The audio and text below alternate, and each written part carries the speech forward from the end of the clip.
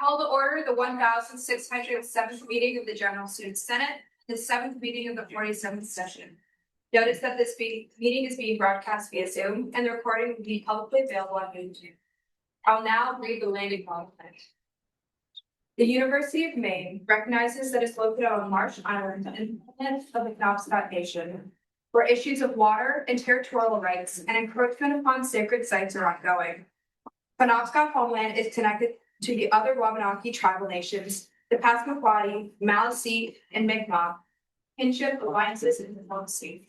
The university also recognizes that the Penobscot Nation and other Wabanaki tribal nations are distinct, sovereign, legal, and political entities with their own powers of self-governance and self-determination. Now, the clerk, please call the roll. President Tripp. Excused. VP Shelmerdine. Here. VP Bone. Here. VP Lehman. VP Thompson. Here. VP Fang. Here. Director LeClaire. Here. Director Arafat. Here. Commissioner Stankiewicz. Here. Representative Britton. Advisor Sadelko. Senator Vanderwood. Here. Senator Schultz. Excused. Senator St. Pierre. Excused. Senator DeLorme. Here. Senator St. Lawrence. Here. Senator Levesque. Here. Senator Cowan. Senator Santiello. Here. Senator Inman. Here. Senator Dana. Here. Senator Ricker. Here. Alexis Smith. Here. Senator Goodspeed. Here. Senator Zura. Here. Senator Villat. Here. Senator Van Beek. Here. Senator Madrid. Here. Senator Oldfield. Here. Abigail Bergmark. Here. Senator Rivera. Here. Senator Weber. Here. Senator Seward. Here. Senator Rideout. Excused. Senator Soper. Excused. Senator Zilog. Here. Senator Collmore. Here. Senator Sparks. Here. Senator Crowdy. Here. Senator Whitehead. Excused. Senator Sutker. Here. Senator Donovan. Matthew Cummings. Here. Representative Pellet. Here. Representative Brunner. Here. Representative Knapp. Here. Representative Karpinski. Here. Representative Fancook. Here. Representative Emery. Here. Representative Gamble. Here. Representative Abed. Representative Tremblay. Here. Representative Dumch. Here. Borrego Dumch, excuse me. Was there anybody I missed? Was Senator Cowan here? She'll be here shortly. Okay. She'll be here shortly. I'm now looking for approval of the 26 minutes in this agenda. Lauren. I move to approve the 2026 minutes of this agenda. Second. Hearing a second, if it's pleasure of the Senate, that is adopted. We'll now move into general good and welfare, where any non-member may address the GSS for no more than 5 minutes. Do we have any speakers? Seeing none, we'll now move into new senators and officers appointments. So Matthew Cummings, Alexis Smith, and Abigail Bergmark, please stand. Please raise your right hand.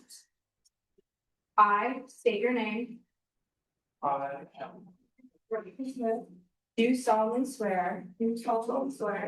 That I will support and uphold. The Constitution of Student Government Inc.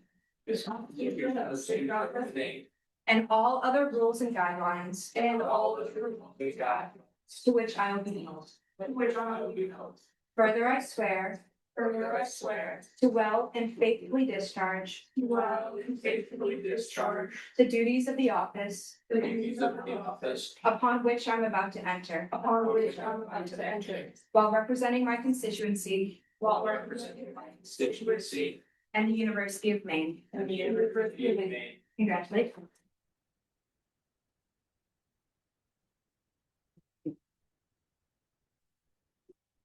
Now, under club maintenance, I'd like to invite up for preliminary recognition, the Marine Science Club.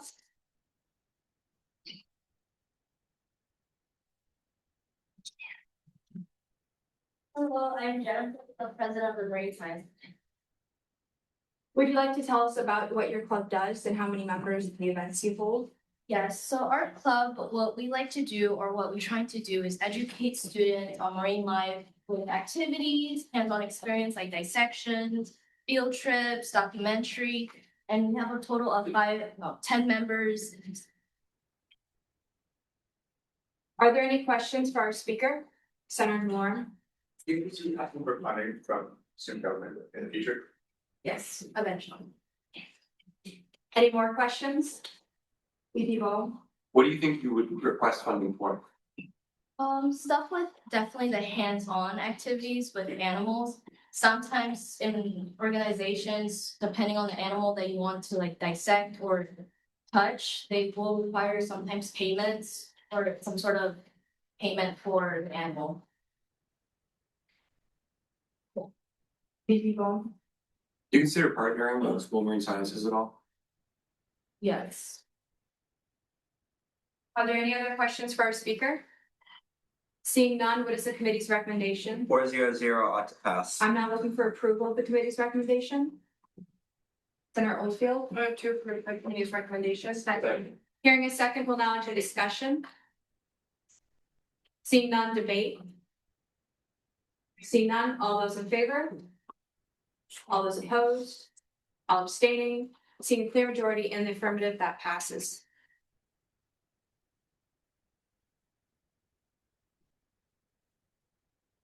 I'd next like to invite up Mental Health Club.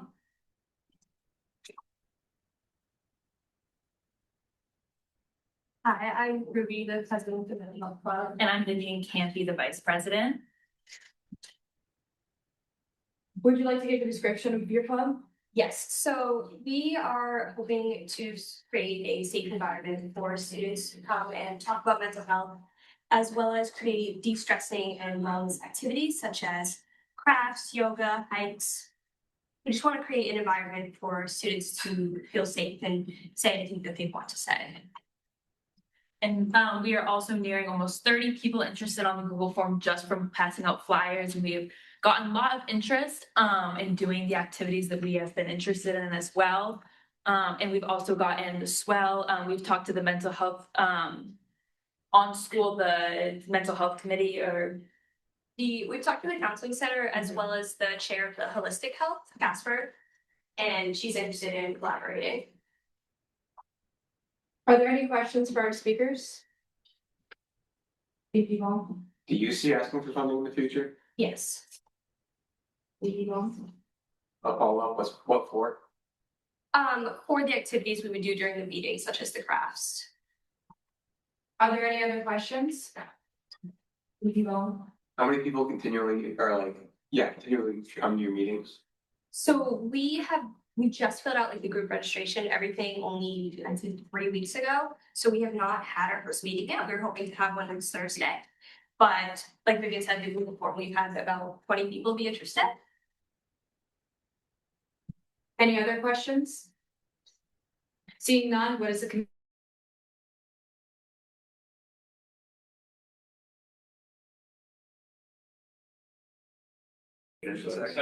hearing a second, we'll now enter discussion. Seeing none, debate. Seeing none, all those in favor? All opposed? All abstaining? Seeing a clear majority in the affirmative, that passes.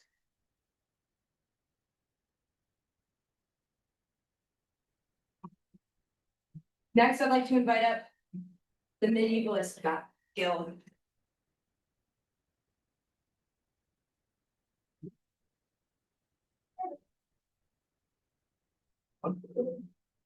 Hello, my name is Amy Bradford. I'm the president of the Medievalist Guild. My vice president. Sorry, what are you saying? So our club is basically intended to create a spot where people who are interested in medieval history or are part of the medieval and Renaissance minor in the history department have a space to discuss some of the topics and time periods that are involved in medieval history. Have space to collaborate with other people who are interested in that field. past that, we wanted to offer means for people to interact with medieval history more head on, to find more of a connection with their past, in a more way that is past just like the discussion we get in a typical classroom, that have more events and themed activities that would inspire people to more interact with those directly. And we really wanted it to be more than just people in the minor or related. We really wanted to have something that anyone could relate to or find interesting. Are there any questions for our speakers? Senator Ricker? What's your favorite part of the Medieval history though? It definitely has to be 600 Medieval Ireland. I really love learning about Libyan manuscripts, kells, most things monastic, and also women in medieval literature and art and art. Any other questions? Representative Emery? Like guys' club sounds super cool. Is there room in it for students who are also really passionate about medieval history to give, let's say, past presentations? Absolutely, yeah. I have a lot of ideas for different events, and I think that because medieval history is typically covers about 500 years of history, and it spans generally Europe, but also in specific time period in the larger world. There's so much there. I really want to leave room for people with specific interests and topics to be able to present. And we've been collaborating with a lot of other clubs, especially with history club having having medieval night, and how we can collaborate with them. Are there any other questions for our speakers? People? Same questions. Do you foresee asking funding in the future, and if so, what for? We would like to have more outreach sort of events, let people know more about the club and the minor, and bring to that. We've been playing around with the idea of having a University of Maine Renaissance Fair. I think if we pursued that, that would need to have more funding, more communication, and networking with other people. Also potentially field trips to local and somewhat local museum exhibits, although we have been offered funding from the English department as well as one to that. Representative Do you guys have a consistent meeting plan in place? Yes, so we've been meeting since the beginning of the semester. We meet at 4 p.m. on Wednesdays in 155 Center Stevens Hall. We had 30 people initially respond to the interest form. We've had about 5 people consistently attending meetings. However, we have noted when after classes our meetings do get more attendance. So we're working on having more themed events to be able to advertise and bring people. Those meetings are bi-weekly. Bi-weekly, Are you guys meeting tomorrow? Nope, we just met last week, so we can call. Senator DeLorme? I know you said they get more attendance when they're getting good advertisement. What do you have planned so far for this advertisement? And is there anything you can do on our to guys do that? We do have flyering. We have set up. I have a Canva account. I've been working on some posters for that. We've flyed around. We also have an Instagram account. I don't remember how exactly many people. I want to say 60, 70. There's a good amount of people in clubs following our Instagram account. And we try and post everything their meetings. We also have a Discord server set up, and an email list which we send out. So we send emails, we try and post to the Instagram and post to the Discord. So and flyering potentially. So we have a lot of different happenings. Any more questions for our speakers? Seeing none, what is the committee's recommendation? 400 ought to pass. I now looking for approval of the committee's recommendation. Senator DeLorme? Committee's recommendation. Second. Carries second. We'll now enter discussion. Seeing none, debate. Seeing none, all those in favor? All opposed? All abstaining? Seeing a clear majority in the affirmative, that passes.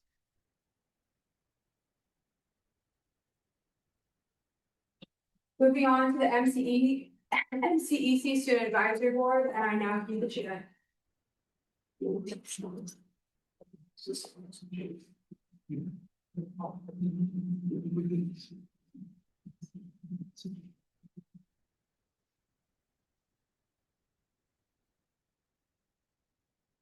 Hello, normally I wouldn't be the one presenting this, however, none of the other executives could, so sorry for the change of precedent.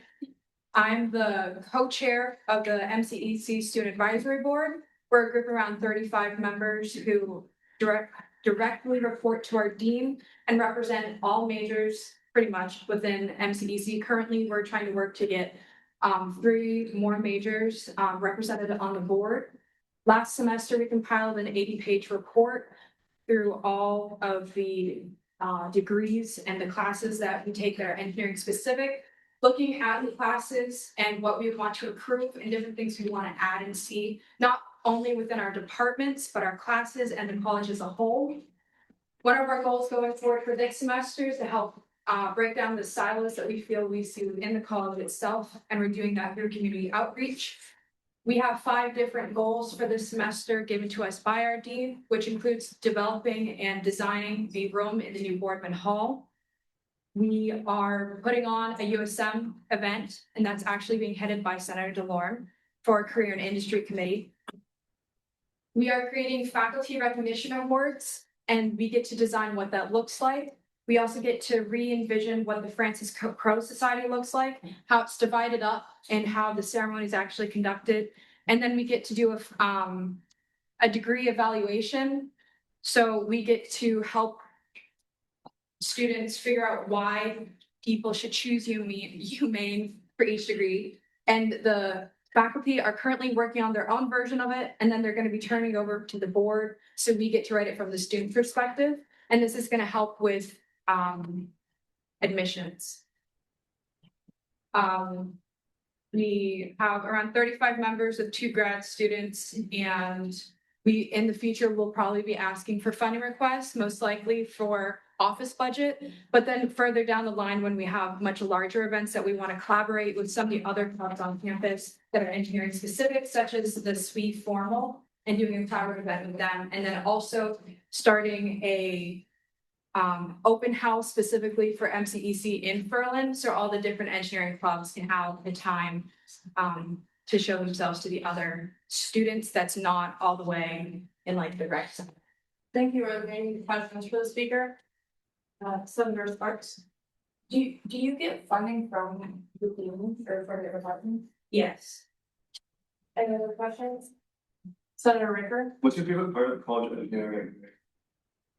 The College of Engineering, like I love how receptive our dean is, because the creation of this board was something that Keegan and I thought of ahead of time, but she also had a version of it that she came to me and asked me to put together. And having the agency of a dean to want to hear from their students and want to be so a part of this change on campus where students get to have this academic autonomy is really refreshing, and it really makes me feel like I'm more part of the college rather than the dean's just a person that I never interact with. What are you guys seeking UMSG recognition for? We're seeking recognition for the ability to like cement ourselves for the future. Like, so we're not just like a random organization that means with no recognition whatsoever through CSI or UMSG, but also so we can reserve rooms, because we can only reserve rooms in Ferland right now, as our career and industry chair has had that struggle where since we're not recognized, we can't say that we're an organization. Also for funding in the future. Any other questions? Speak yourself, right? If you were to receive UMSG final recognition, would you guys be open to all students then? All students who fit under the MCEC college. And this is also the pilot program that I'm expanding on in 2 days to the rest of the deans. President Tripp? There's precedent for this. Think about the Honors College, SAB, Are they a UMSG recognized club? they're a representative for it. Yeah. Yes. Can I make an argument or a point of information privilege? Can I make it? The reason this works for our policies because this is part of a pilot program to launch the advisory board in every college. So every student will have an advisory board they can get involved with. Everything if it's not an engineering one. Senator Sparks? Are meetings open to the public? Yes, they're every Thursday from 5 to 6 p.m. in the Ferland Welcome Center. And also, even if you are not a member of the board, you're still welcome to sit on the committee meetings. Any other questions for the speaker? Seeing none, what is the committee's recommendation? 400 ought to pass. Now looking for approval. recommendation, Senator Weber. And to accept the committee's recommendation. Second. Hearing a second, we'll now enter a period for discussion. Debate. Seeing none, all those in favor? All those opposed? Those abstaining? Seeing a majority in the affirmative, that passes.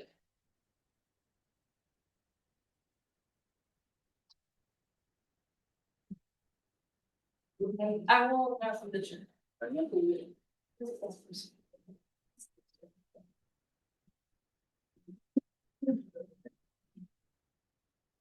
Next, for preliminary recognition, I'd like to invite up the Nutting Hall Community Council.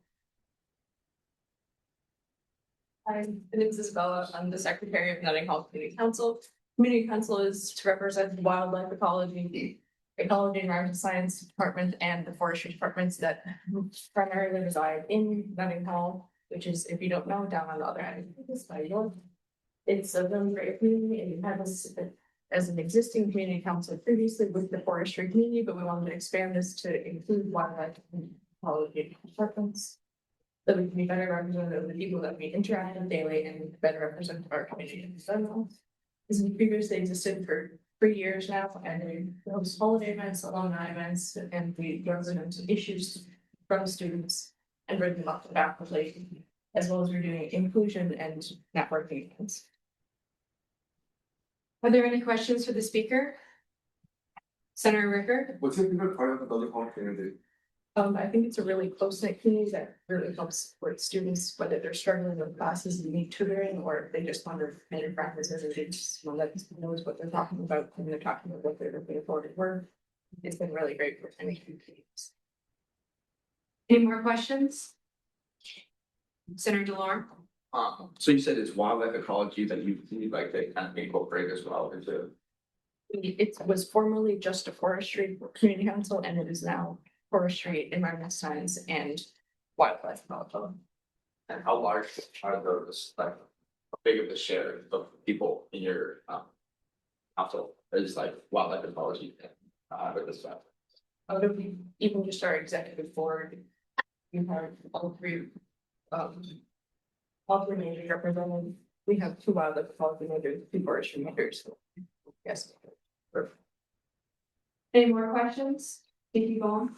Do you see us for funding in the future, and if so, what for? We do. We are primarily funded by this. Any more questions? Seeing none, what is the committee's recommendation? 4-0-0, pass. I'm now looking for approval of the committee's recommendation. Senator Dana? I move to approve the community recommendation. Second. Hearing a second, we'll now have discussion. Seeing none, debate. Seeing none, all those in favor? All opposed? All abstaining? Seeing clear majority in the affirmative, that passes.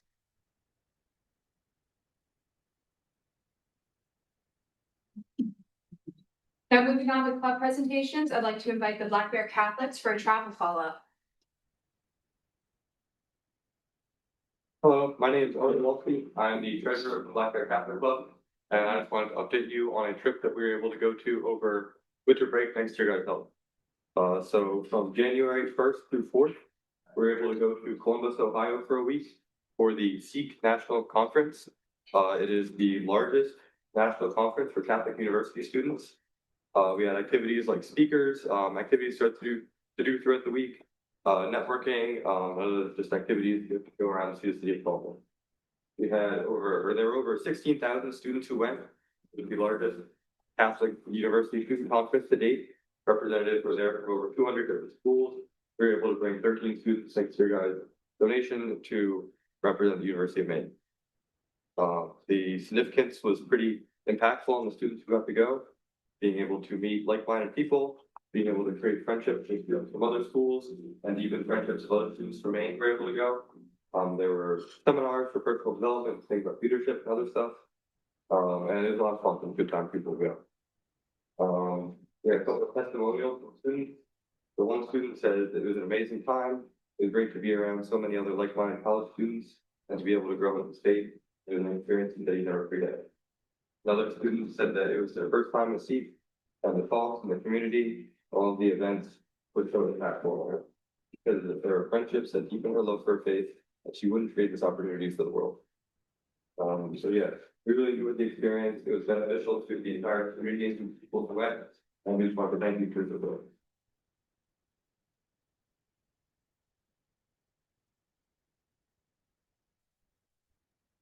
Are there any questions for our speaker? Senator Millar. What are you looking to bring back to like the people who weren't able to go on the trip, as far as like what you brought back? So yeah, the people who went to the seminar were able to learn about things like leadership to grow in their faith, and they were able to share those experiences with the rest of the community. Senator Ricker. What's the favorite part of the council conference? It was definitely being able to meet all the students from different schools. It was really cool to be able to see like where everyone was at for us.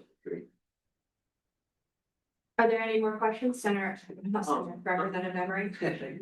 Student Heritage Alliance Council, like, is, currently looking to increase its, Christian representation on our council, so, like, is that something that you think the Blackberry Catholics would like to, be a part of? I can give you follow-up information. Yeah, that would be helpful to get some follow-up information for the. Thank you. Any more questions? All right, thank you again for coming and speaking.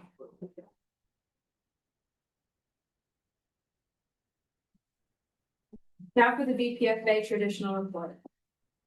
Hello, everyone. It was a busy week. To start off, we have a funding director allocated of $78,476.22. For transfers, within the UMSG office budget, we're transferring $648 from professional classes to awards and recognition, to help cover the cost of graduation sashes.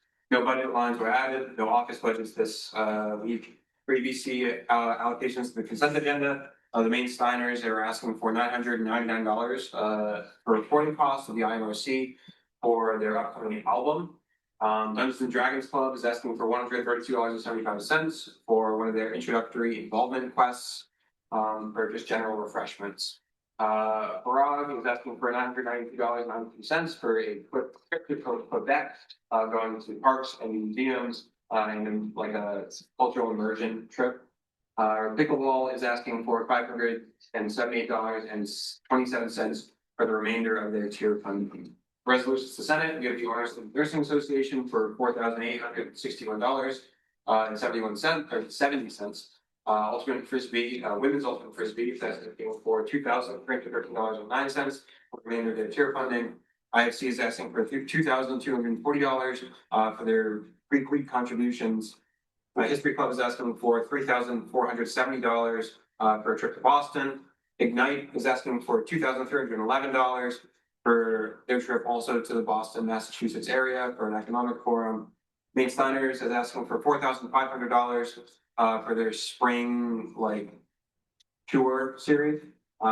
Equestrian is asking for $2,313.09, also for the remainder of their tier funding, and then soccer is asking for $1,156.07, again, for the remainder of their tier funding. And the traditional reports. I'm now looking for approval of consent agenda. Senator Sparks. Hearing a second, it is a pleasure of the Senate. It is approved. Thanks. Point of information for the VPFA. The resolution for the Steiner's recording just says 999 without the 99 cents. Which one is it? Without the 99 cents, I got it. This one. President Trent. Point of information for the VPFA, what percent of our unallocated is currently on the table? So the total of resolutions that are going before us tonight is $26,000, and I think about $26,800, I think, and we're at 78,000. So it's about 1/3 of our remaining and allocated is going on the table tonight. And we still have, I think, 8 more fundable meetings. So keep that in mind as we approve funding, that there's 1/3 of it tonight, but if you want to keep pace with keeping funding to continue giving the clubs for the remainder of the semester, that would give us about 1/8 of our unallocated. So this meeting puts us over that mark. End of comments. For funding requests, starting with 47S EBC 37, Orno Nursing Association. Hello, I'm Sabrina. I'm the Vice President of OSNA. And I'm Riley, I'm the Education Chair. So, we're the Student Nurse Association is a student-led organization that any nursing student is eligible to be a part of.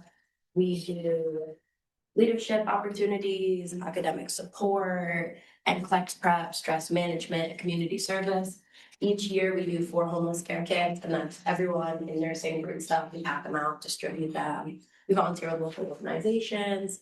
And each year we have the opportunity to go to a National Student Nurse Association convention. This year it is in Houston. And at the convention, we have leadership workshops, keynote speakers, and class preparation. And we learn about the most precedent issues in healthcare and how we can help even just as a school association. I had the opportunity to go last year, and the keynote speaker said that innovation is not creating something entirely new, but recognizing that something's wrong. It's stuck with me since, and that's gonna help us provide better patient care. So we're hoping to send 8 people to this. When we go to NSNA, that allows us to grow as nurses, get the University of Maine out there and help us grow in leadership. And it lets us show that we have attendance at a national level. Do you want me to break down what we're asking for next, or do you have any questions on that one? Yeah, breakdown. Okay, so we're asking for the $250 per person per flight. We're gonna send 8 people, and then from our own fundraising, we're gonna cover the max, the cap to that, because we're around $360 right now. We're asking for the registration fees per person. We're paying a member fee of $35 to reduce those costs by 60, so it'd be 45 for the 8 of us. And then the hotel stay is 35 a night per room. So we're gonna do 4 people per room for 3 nights, and that comes out to 1,600, 6,170. How we decide who gets to go is it's the current board, if they'd like to go. 2 members would not like to go, so we're taking the next VP and president. And the board, anybody is able to run for it, it's not self-elected, so we use this as an incentive for the club, for people to join, so they could ultimately want to go to this convention. And we have 91 members, and each of our meetings range from 20 to 30 people. Do you have any questions for the speakers? Senator Sparks? How many of the people going this year have already been on the trip? 2 people that have already have been going, and that's because of the 2, me and the president, so it's the president and the VP. And that's because we had 2 people that did not go. So we're able to possibly. Any more questions? Seeing none, what is the committee's recommendation? 600 on to pass. We're now looking for approval of committee's recommendations.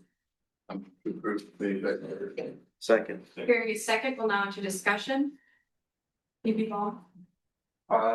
Just gonna add some clarifying numbers, so this meeting's resolutions. The total cost of this event is listed as $8,445.70, and they have not requested any funding this year. And the previous year, we gave them $436.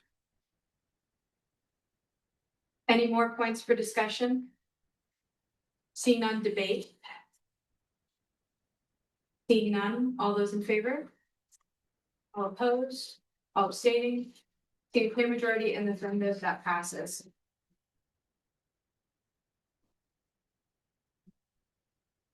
Now moving on to 47S EDC 38, Women's Ultimate.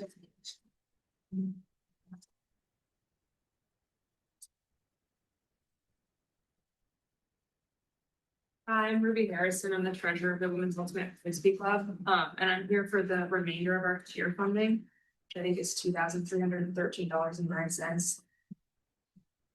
Yes. Yeah, like I don't have a copy in front of me what exactly we're asking for, but I think I remember like down. Yeah, you can give a general breakdown. Okay, I think most of it is gonna go to transportation. We have for the most part in our budget transportation, but as we just became tier 1 last year, we're able to go to more tournaments. We have more access to bigger events. And our club is growing. I think it's at the largest numbers that it has been. So with that comes the need for like more transportation and more housing. So those are sort of long. And then sort of add regard to that, the rest of it is going to be registration fees. So some of the bigger tournaments such as regionals and sectionals, which are in our spring semester, and that we finally have the numbers to go to, require a large amount of money, to be honest. And so I think I'm requesting about 600 of that be allotted towards those. Do we have any questions for our speaker? Seeing none, what is committee's recommendation? 600, I'll pass. I'm now looking for approval of the committee's recommendation. Senator Woodward. I move to approve the committee's recommendation. Second.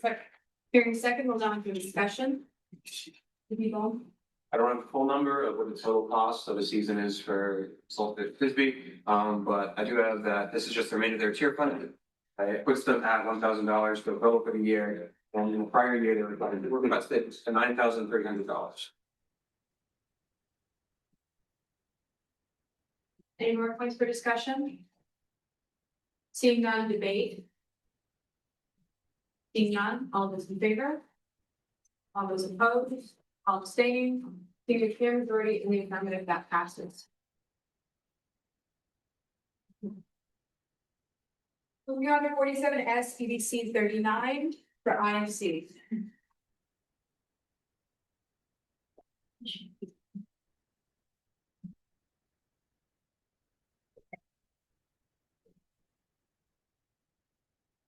So we are asking for $2,240 for our briefly contribution this semester. Yeah, just to kind of specify what this is for, $2,000 will be going to live music. This event's gonna take place on the mall, open to all, and this is live music for 2 hours of the event. And then $240 of this is for a basketball shootout game that will also be there. Just to kind of keep in mind, there is other aspects to this event that Panhellenic may very well be coming in and requesting funding for as well, which would, if that would go through, would include having food trucks present where students would be able to receive free meals as well.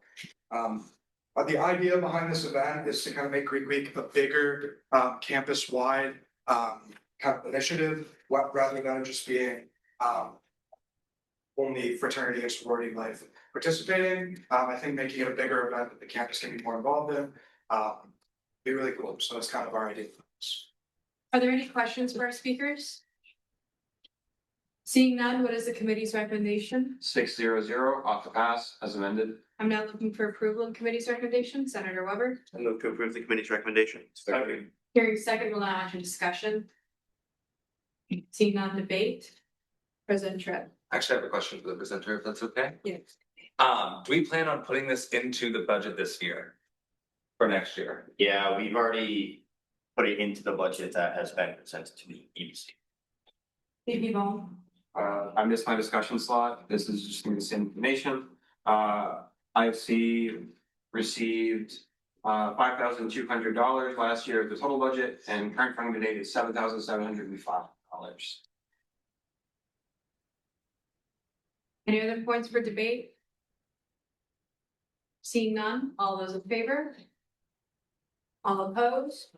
All abstaining? Seeing a clear majority in the affirmative, that passes.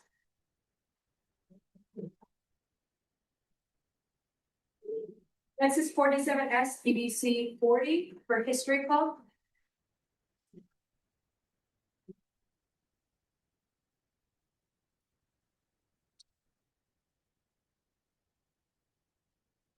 Hey everyone, sorry, I'm losing my voice a little bit, so you can't hear me back on. Alright, so we are requesting from you money for our Boston trip that we've had a lot of demand for, both from within our department and from within the club.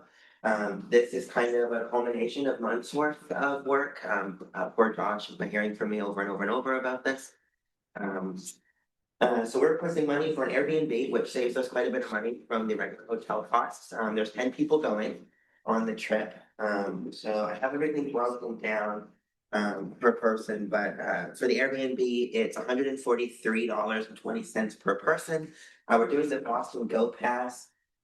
We worked out the cost of the tickets that we would be asking for the Boston Go Pass, which kind of counts of all of those tickets, would be $117.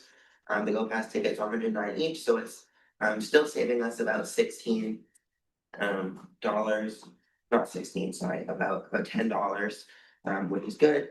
And then we are also asking for train tickets and also for subway tickets to get around. Our Airbnb is not in the central part of Boston, so getting us from the Airbnb to one of our stops walking wise be about 2.5 hours. I'm not willing to make our club members walk 2.5 hours, especially when one of them is blind. So they can walk that far, so we're gonna be taking the subway around. And that is about $24 a person. It's 12 times within station per person and $2.40. Are there any questions for our speaker?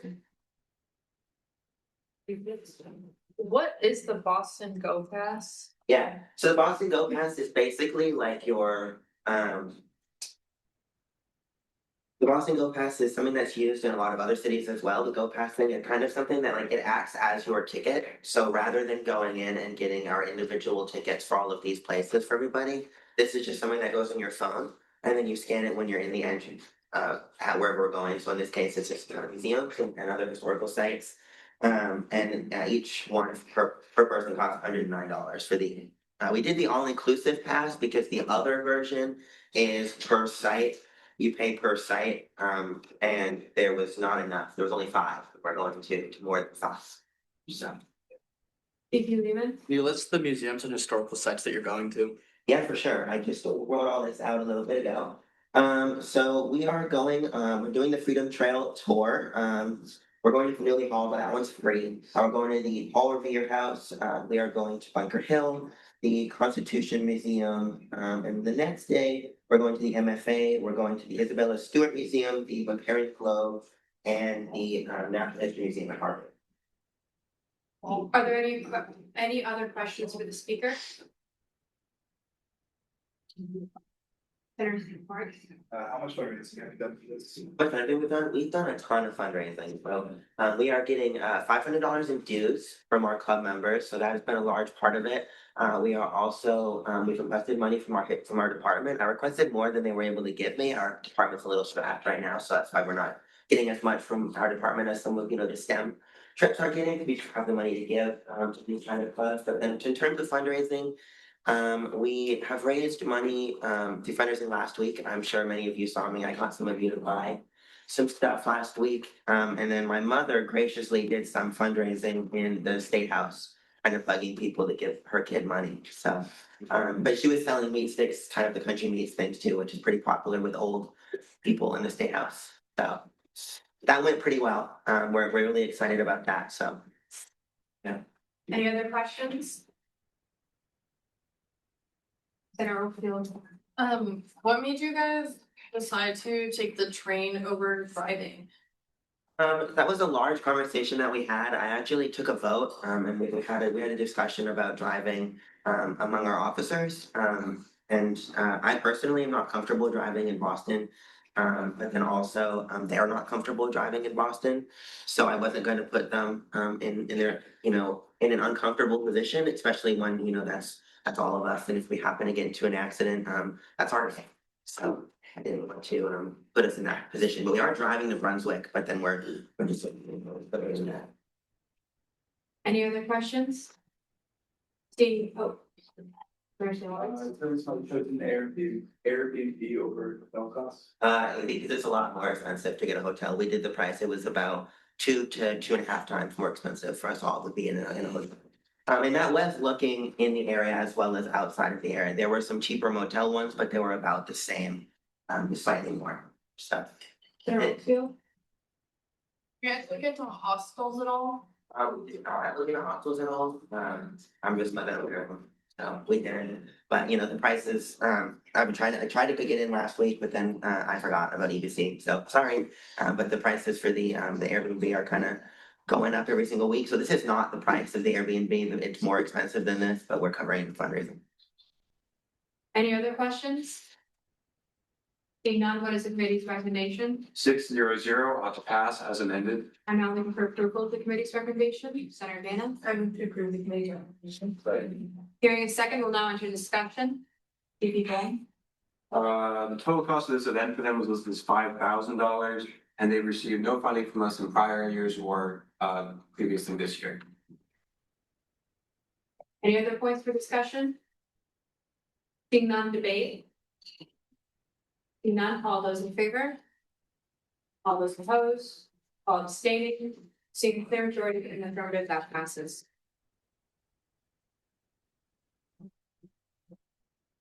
Next is 47S BBC 42 for Ignite.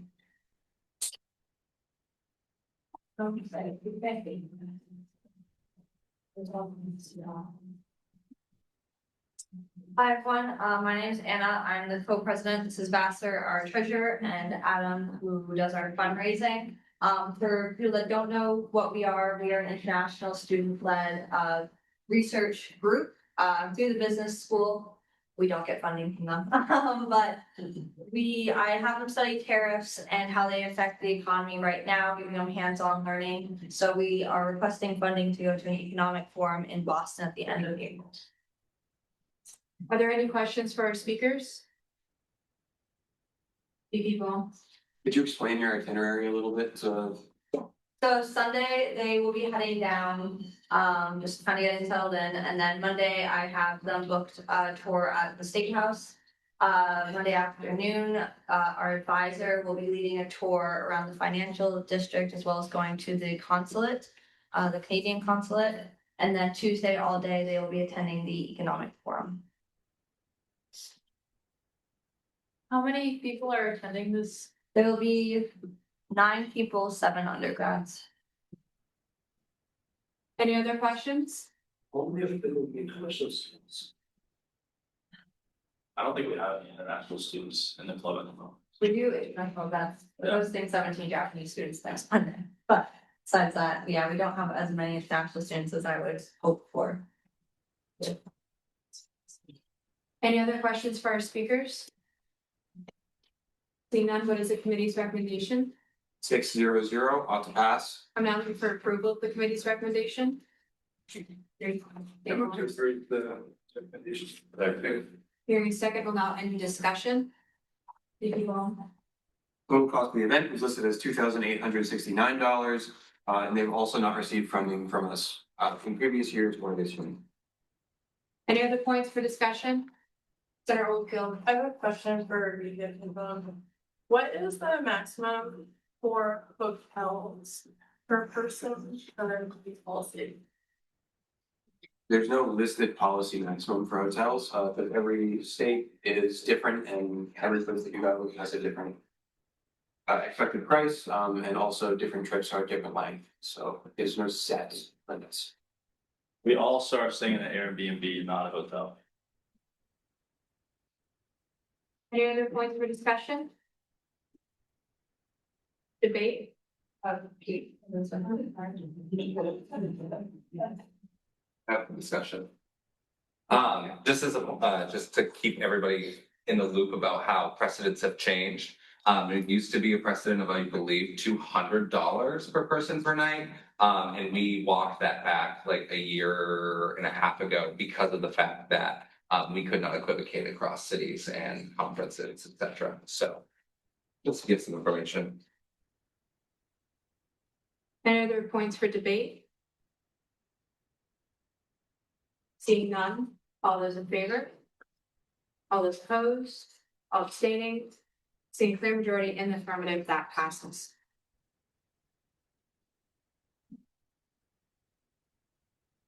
Next is 47S, BBC 46 for Maine signers.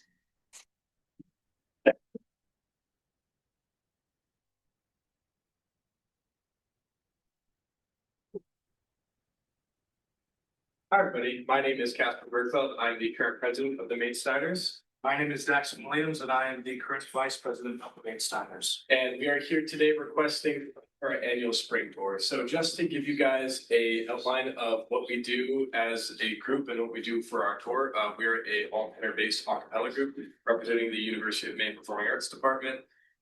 We currently have 11 members, 10 of which will be joining us on our tour, and we will be going to Montreal. We currently have 6 stops. We have. Six stops fully booked and we're going on to shooting for 10 or more.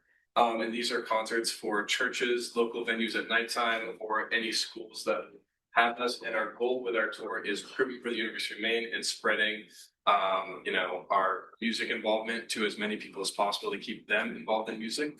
For an outline of what those concerts look like, they're about an hour long, and we have anywhere between 50 to upwards of 300 people at these concerts, depending on the size of the venue. So we have a pretty big impact. For our tour, we will be going to Montreal and performing concerts on the way up, and hopefully having a few concerts in Montreal as well. Currently, we are requesting $1,000 for transportation, and that means a van rental of a 7-passenger van, and then we'll also bring another one of our cars with us. $3,500 for housing, which means hotel in Montreal and any other things that needs to be paid for, but essentially just hotel, Airbnb, hostel, whatever is the cheapest we can do. In previous years, we've requested $2,000 to $2,500, so this is more than usual. And that is mostly due to the fact that our van rental company is essentially the one we usually use is defunct, and they, used to give us good deals, and now they don't because they bad company and they really did horrible things to us. And the reason housing is more expensive is because we can't really control the price of hotels in Montreal. So we're doing our best here, but it's kind of the minimum we can ask for across all options. So that's Yeah, so I can put some more light to that. While being the vice president, I'm also this semester's tour coordinator. We initially had a form requesting for 2,000 for our tour, but in the days that passed, by the time that we were going to submit that form, the prices for Airbnbs, hostels, hotels have raised to 3,500 minimum across the board for 10 people for 2 nights. And just to make it completely clear, the price we're looking at currently for 2 nights for 10 people is $175 per person at the maximum. And we're going to shoot for as low as possible and hopefully return whatever student government funding that we have left over, if we have money left over. If not, we plan on using whatever we have in our personal account. We're doing as much fundraising as possible, which we have a fundraiser this Friday to make sure we can actually make this tour happen. Are there any questions for our speakers? Senator Spark? Do you receive any department funding? We do not have. Any other questions, VP Fang? How many undergraduates are going, and are any of them going seniors this year? We only have 10 undergraduates going, and none of them will be graduating. Mention that you're hoping to have events in Montreal. Does that mean that you don't currently have any events planned to take place in Montreal? We have made, I have sent out emails to different churches, like the church in Granby, that were called out with the University Singers, in the spring last year. I'm hoping to hear back from them. Of course, with the sort of language barrier that exists, it does take a little bit of time for responses. Generally speaking, in the past, University Singers has also performed in Montreal. We have before in all parts of Canada. And it takes a long time, which is why we're requesting funding in March, and our tour will be in May. So 2 months from now, we should have the entire tour completely booked. And like previous years, that has never been a problem with not having a fully booked tour. So we should be all set with that. Any other questions for our speakers? Senator DeLon? So what part of the tour will be in, like, how many days will you guys be in Maine, and then So we will be spending, so our tour runs from May 20th to May 24th. So we will be spending May 20th, 21st, and 22nd performing in Maine, and then towards the end of the day on the 22nd, in hopefully either in Granby, Quebec, or in Montreal. Any other questions? Seeing none, what is the committee's recommendation? 600 to pass. Now looking for approval of the committee's recommendation. Senator Hyman? I move to approve the committee's recommendation. Second. Hearing a second, we'll now enter discussion. Is involved. The total cost of this event was listed at the $4,500. As was mentioned, they don't know the change. For prior year funding, they received $1,376 for similar tour events. And this year they received, or before this meeting, they received $1,000 $973.89, but with the approval of their recording costs, that total is now $2,972.89. Any other points for discussion? Seeing non-debate?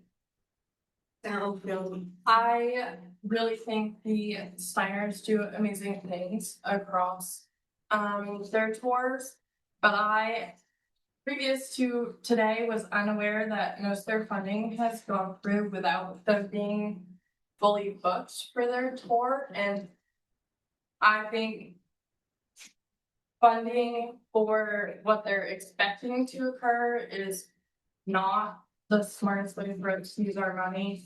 And I also think $3,500 for lodging for 2 nights for 10 people is excessive, particularly when there are cheaper options that I found in the 3 minutes here in hostels in Montreal, which may not be ideal, but it's also not, I suppose it's not necessarily student government's job to make it a super comfortable trip, but make it so you can take that trip, and sometimes that means sacrificing an Airbnb for a more dormitory style hostel. And personally, I would like to see the Steiners come back perhaps in a week or 2 with exactly how many shows they'll be doing, if that's possible. And I understand that sort of thing takes time, so maybe you can't hit that number, but I've done a little more research into other options for lodging that aren't just an Airbnb for 10 people. Present trip. I have 2 points. I think that while we are entering a new, I think that the Senate suddenly felt it. We're entering a new position where our money actually is not endless. We've known this is coming. We do need to be smart with our funding. I will say that the hostel standard is a brand new expectation that we would be setting right here, right now. So I'm not 100% sure if I'm on board about your conversation for the pricing of housing. And then my second point is, my question is for you guys, if I may. When you say you don't have it fully booked out, you are talking about as many places as you can go. You have, from what I understood, and I could be wrong, that's why I'm asking, a stop at each of the places that you intend to go already. This is more about filling out your days, correct? Yes, we currently have 6 concerts already booked, and we started booking those concerts like 2 weeks ago. So we anticipate in the next 2 months, we can book like 4 more that we need to have a full tour. But again, to further kind of just a clarifying question, all of the places that you're staying or need to stay already have concerts booked for them. Okay. Where's Jonathan? Can I just offer a historical perspective? I would like to do. I've been here for 26 years, and for 26 years, the Steiners have taken their entire spring break and dedicated it to doing free concerts all over our country and in Canada. And it's very typical for them to not have a bunch of dates booked, because even if they come back here in 2 weeks and they've booked 6 more shows, they'll probably book another 8 after that. They just keep doing more and more and more. And it's not service, but in my mind, it is kind of service, because they're providing things for free for people just to entertain them and brighten their day. That's just my perspective. Senator Collmore? I would say 2 at this point. The longer we wait to try to give them these funds, the more expensive the trip is going to be. Lodging will just keep getting more expensive, as I've seen in my own trip. So I think kind of expecting them to have it completely booked out is good, but I just think it's not. I think it's not attainable. Representative? My understanding also is that hostels, you can't always book them ahead of time and guarantee that there will be 10 beds for people to sleep in. Which we could what Senator wants full field adjusting, I think that's it.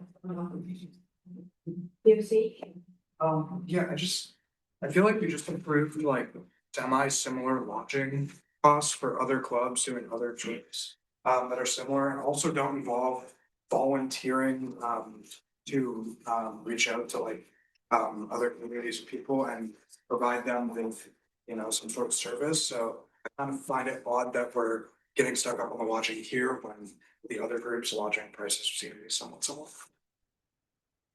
I have some comments, I guess. I don't know how many of you have ever stayed in a hostel, but I have, and they work very similarly to hotels. So they're designed for younger populations, so they're more affordable housing. There are really nice hostel options. They are almost identical to the hotels. They often provide like a continental breakfast.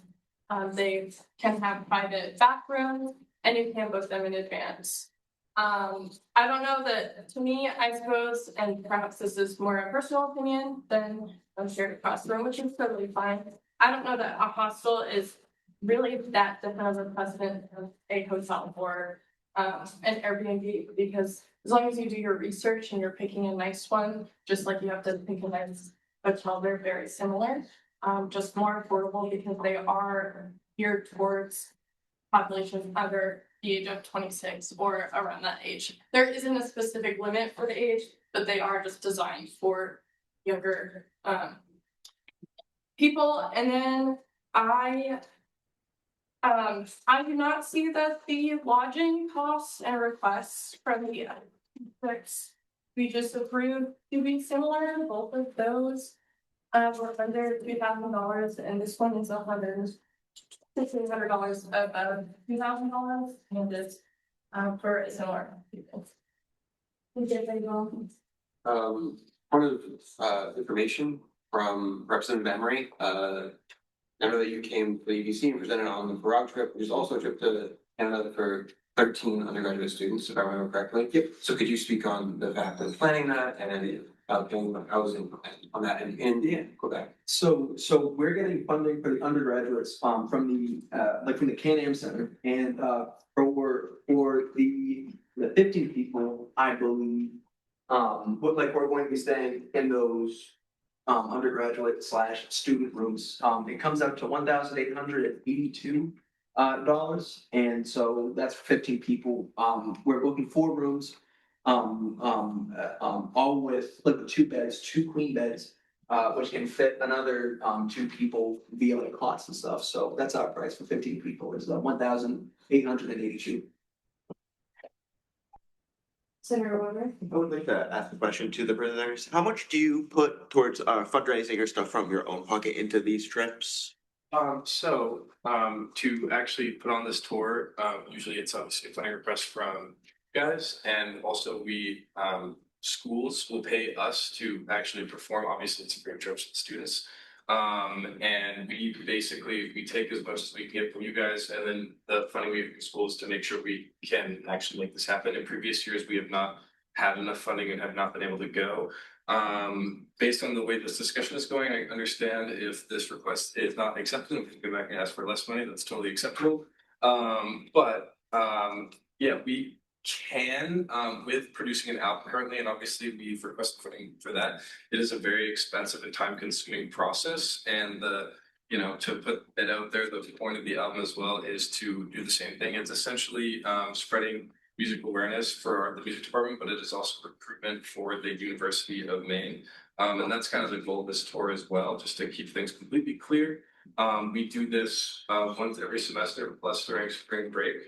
And basically, I would say a large portion of people in the local arts major and music education major are inspired by these tours by the University of Maine or by the Steiners or by our groups that make renaissance to actually find the major and come to the University of Maine and get scholarships from the Boston Department to actually know it. I'm not looking for new points of debate. Senator Spark? Allocating this to them, and then if they don't end up using it, giving it back, we can get it back after the tour date, at the end of the year. Is when the deadline to be to get our money back. So if we do allocate this to them and then they don't end up using it, we will touch that money until next year. Just me. No, that's a statement to the Senate. President Trump.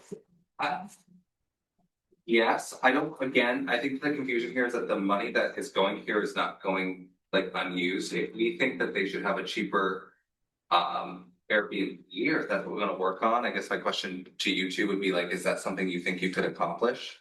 We can accomplish that. What has, so obviously you've been looking at also during this conversation, which I appreciate. We have also been doing that, and first, I don't, things change like week by week by week, so I think it's very possible that we spent a week with housing opportunities, and we found initially that was $1,500 for the 10 of us.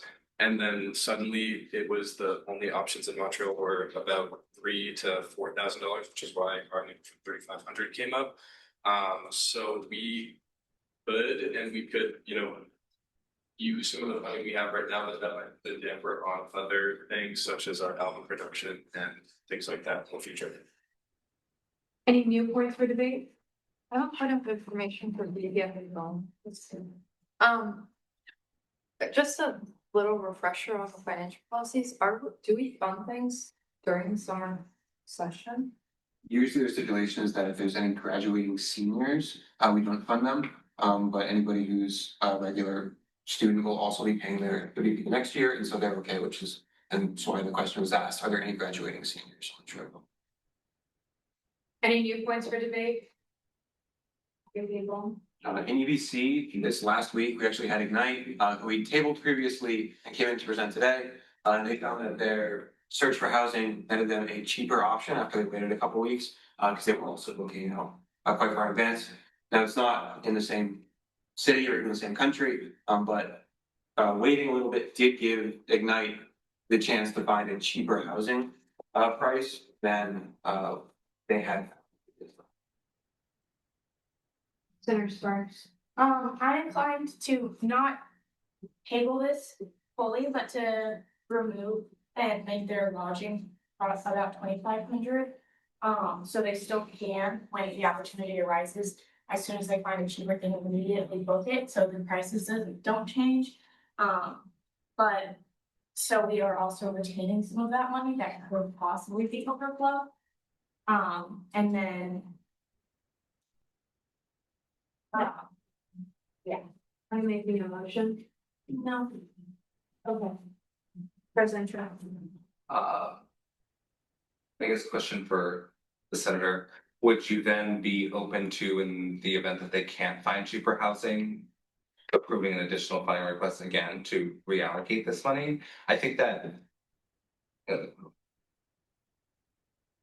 that's my question. yes. Senator Ricker.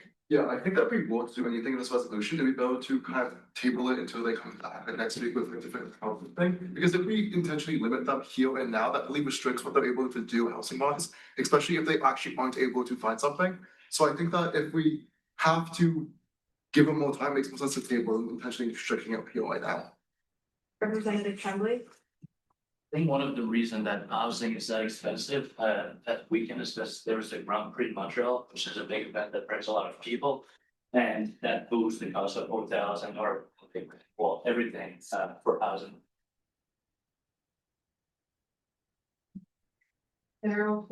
I also think if we were to reduce the amount we're providing for housing now and pass the rest of the resolution so they can have an idea of what they're looking for a budget.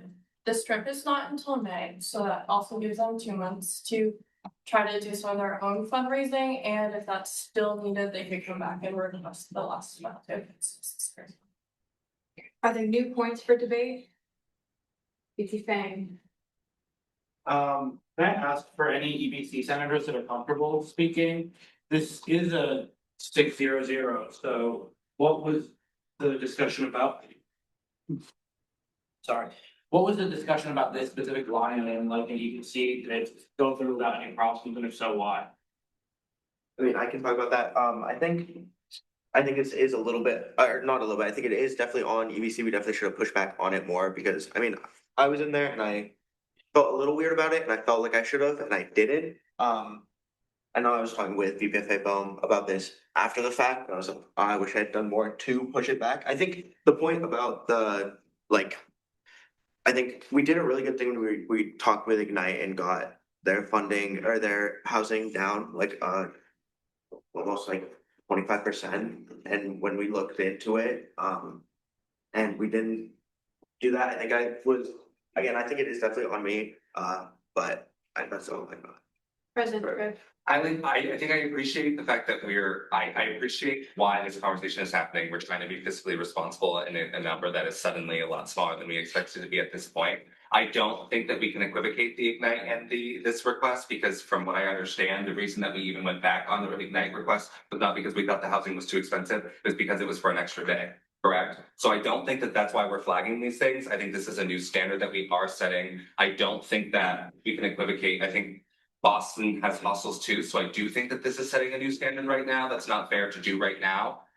So I think that if we want to table this and have a larger discussion in EBC about changing our standards, we absolutely can. But that is what we would be doing, and we're doing that in this moment. I just want to be very clear that we keep equivocating things that's not what the conversation was, and we haven't at this point talked anybody down to lower housing. So this is a conversation that we are beginning in the Senate in front of our requesters, just so we're aware.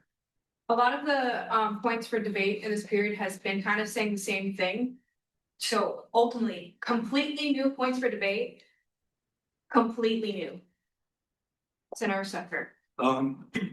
You can't always find hostels, like depending on the location. So am I able to ask a question? Like, were you able to find hostels in Montreal? Was that even an option? We were able to find hostels in Montreal with prices, and we have found for the weekend, which has, I believe, the Great Prix is Representative Trump has mentioned, roughly around the same price of what we found. Yeah, and additionally, so like obviously for 10 people to stay in the same hostel, it's very different than having 10 people staying in 10 different hostels. That would be within our budget, but it makes no sense for actually doing performances. To have 10 people stay in the same hostel when they're generally small places that can only have like 20 to 40 or maybe sometimes a maximum of 100 people, to have those 10 people in that hostel, the rates go up a lot, and you end up having to get more expensive rooms because sometimes they have 8 spots, and sometimes, you know what I mean? So you can't fully get all of us in the same place, which is kind of necessary. Unless the senator wants to propose an amendment, I'm inclined to end debate. Senator Sparks. I move to amend this document to change the line item lodging to 2,500. Second. Second. Hearing a second, we'll now enter discussion. Senator Sparks. Any points for discussion on the amendment? Seeing none, debate. Senator Sparks. This is not setting a new precedent. This is, regardless of where it is and stuff. This is just moving the lodging fund to similar lodging prices that we've given to past groups. On top of other fundings that we have given them over the course of the year, they are still getting a significant amount of money from us. 2,500 is still more than a lot of lodgings that we've given out. And so this is not a new precedent. This is just an amendment that we're making. It's nothing new. Senator Weber. The $2,500 would be almost $1,000 more than we were giving any other place for lodging for the similar amount of time. It is, I understand that with the Grand Prix, it should be more expensive, and in the different country, it should be more expensive, which is why it is more expensive by $1,000 compared to any other place we're giving. The place we funded for 17 and like 1,500 for lodging, and this would be, again, making that $800 more expensive, which I think is fair considering. I think making it double would be just too much, and as they said, that was a overestimate of money that we won't get back. And if that money isn't getting used, it is getting wasted in the policy that we have at the moment. I think it's a little, and it's good to be like, we have been giving money out to clubs, and I think we've been a little bit more easily like giving out money. I think being a little stricter, it's still fair and more money than we're giving to any other club, but it is stricter. And when we're in the position where we should start pulling back a little bit, it's, I feel like, a good middle ground to be more than any other club we've given for lodging, but also be less than the double the amount that we were giving any other. Senator Black. I had a point, but I never got to share it. Everyone else was. Is it on the amendment at hand? It's not. Then you're not allowed to say it during this time. I oppose the amendment. I think that at this time, considering like the historical precedent of the Maine Steiners, that there's no need to move to like reduce the amendment at any cost. I do think that if there is like potential like more bookings for them, then they'll have the ability to reserve more rooms or do whatever they need to accommodate that change. President Trev. I agree that this isn't setting, I don't think doing one thing one time is setting a new precedent, and we've had that discussion in the Senate a million times, but I do think that this is stepping out of precedent, and because of that, I think that this amendment should die and this should be referred back to committee. We should do it the way that we've been doing it, where we help them through and talk them through housing and whatnot, and do it the way that we've treated the other clubs. I think that this is an arbitrary amendment. I agree that we do it sometimes, but I don't think that that is a number that we just threw out there. Let's make it accurate, and if you really want to cut it to exactly the cost, then we find a place for that they can afford, and then we give them exactly that. So I think that we kill the amendment and we table it. I apologize. Gotta work through kicks sometimes. Senator Cowan. Just to echo those thoughts and some of other previous speakers. These students have put in a lot of hard work on this trip. These students have put in a lot of hard work on previous trips. They will put in so much hard work for so many different communities in this trip. They stated that they spent a week looking for these hotels. Clearly, they were unable to find something cheaper. So if we're going to ask them to have a cheaper place to stay, we should help them find that. Senator Inman. Madam Chair, I would like to motion previous. Second. All those in favor of motion previous? All those opposed? All abstaining? Seeing a clear 2/3 majority, motion previous is accepted.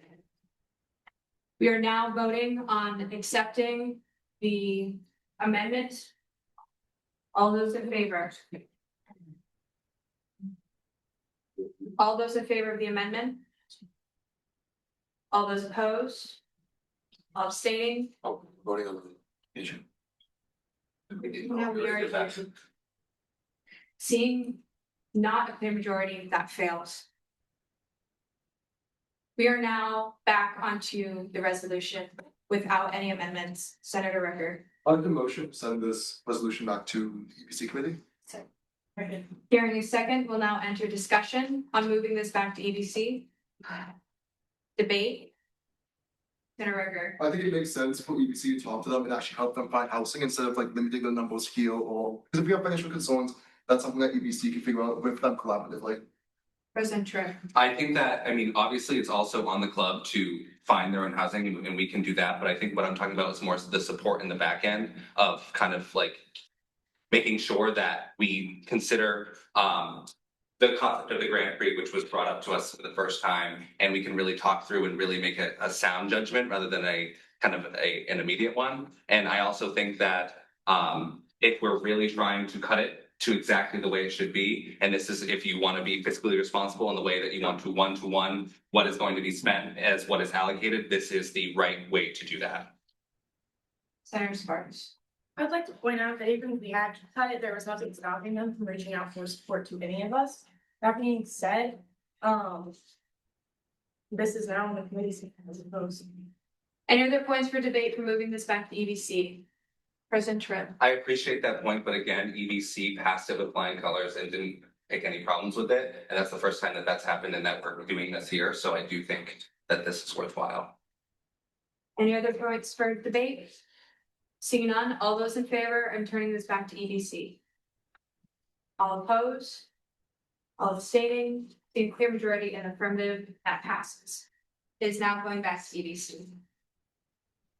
Would you mind if I say something really quickly, just before you leave? I would just like to say that, when this is in the EBC meeting, I really would, depending on how that goes, if we can set up that meeting so we have something booked or ready to be booked so that we can request the exact amount of money, I would like to do that. In previous years, what we have done is we've requested money, paid for the Airbnb, and immediately paid the rest back to UMSG, which is kind of what the nature of the $3,500 request is for. Just making that clear. Thank you. Thank you for your comment. Next is 47S EBC 47 for the equestrian team. All right, so I am the president, I'm Cindy Brand, which I heard this happen over the And I'm Nico Gerke, I'm the treasurer of the organization. We're requesting the remaining of our tier one funded, which would go for our qualifying shows entry fees along with our postseason, which would include regional and final. We've allotted about $1,555 for the entry fees, which are about $65 per entry.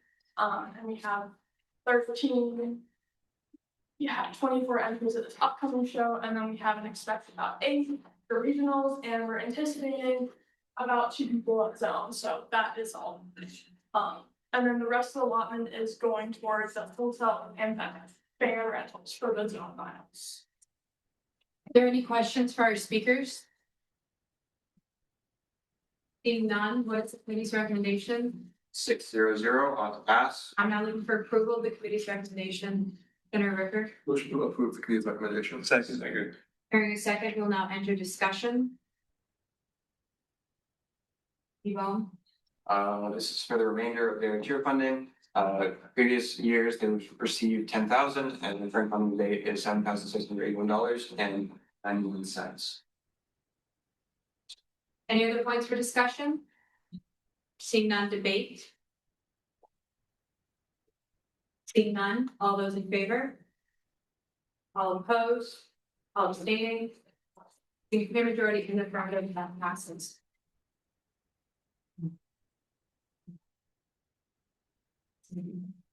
Classes 47S, ABC 48 for men's soccer.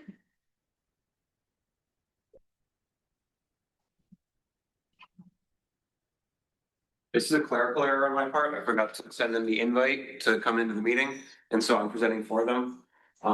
This is just the remainder of their tier funding, and they want to spend it on uniforms. They know that they need to put our logo on it. Are they aware that you're presenting? No. Okay. Are there any other questions for the speaker? You too, Fang. The resolution says equestrian team. Yeah. It does. Thank you. Senator Ricker? Do you know how many approximately Uniform system. I think, the public uniforms is more than this. I'm referring somewhere over 2 stores or either on 3 uniforms. Any other questions for our speaker? Seeing none, what is the committee's recommendation? 600 on pass. I now look for approval of the committee's recommendation.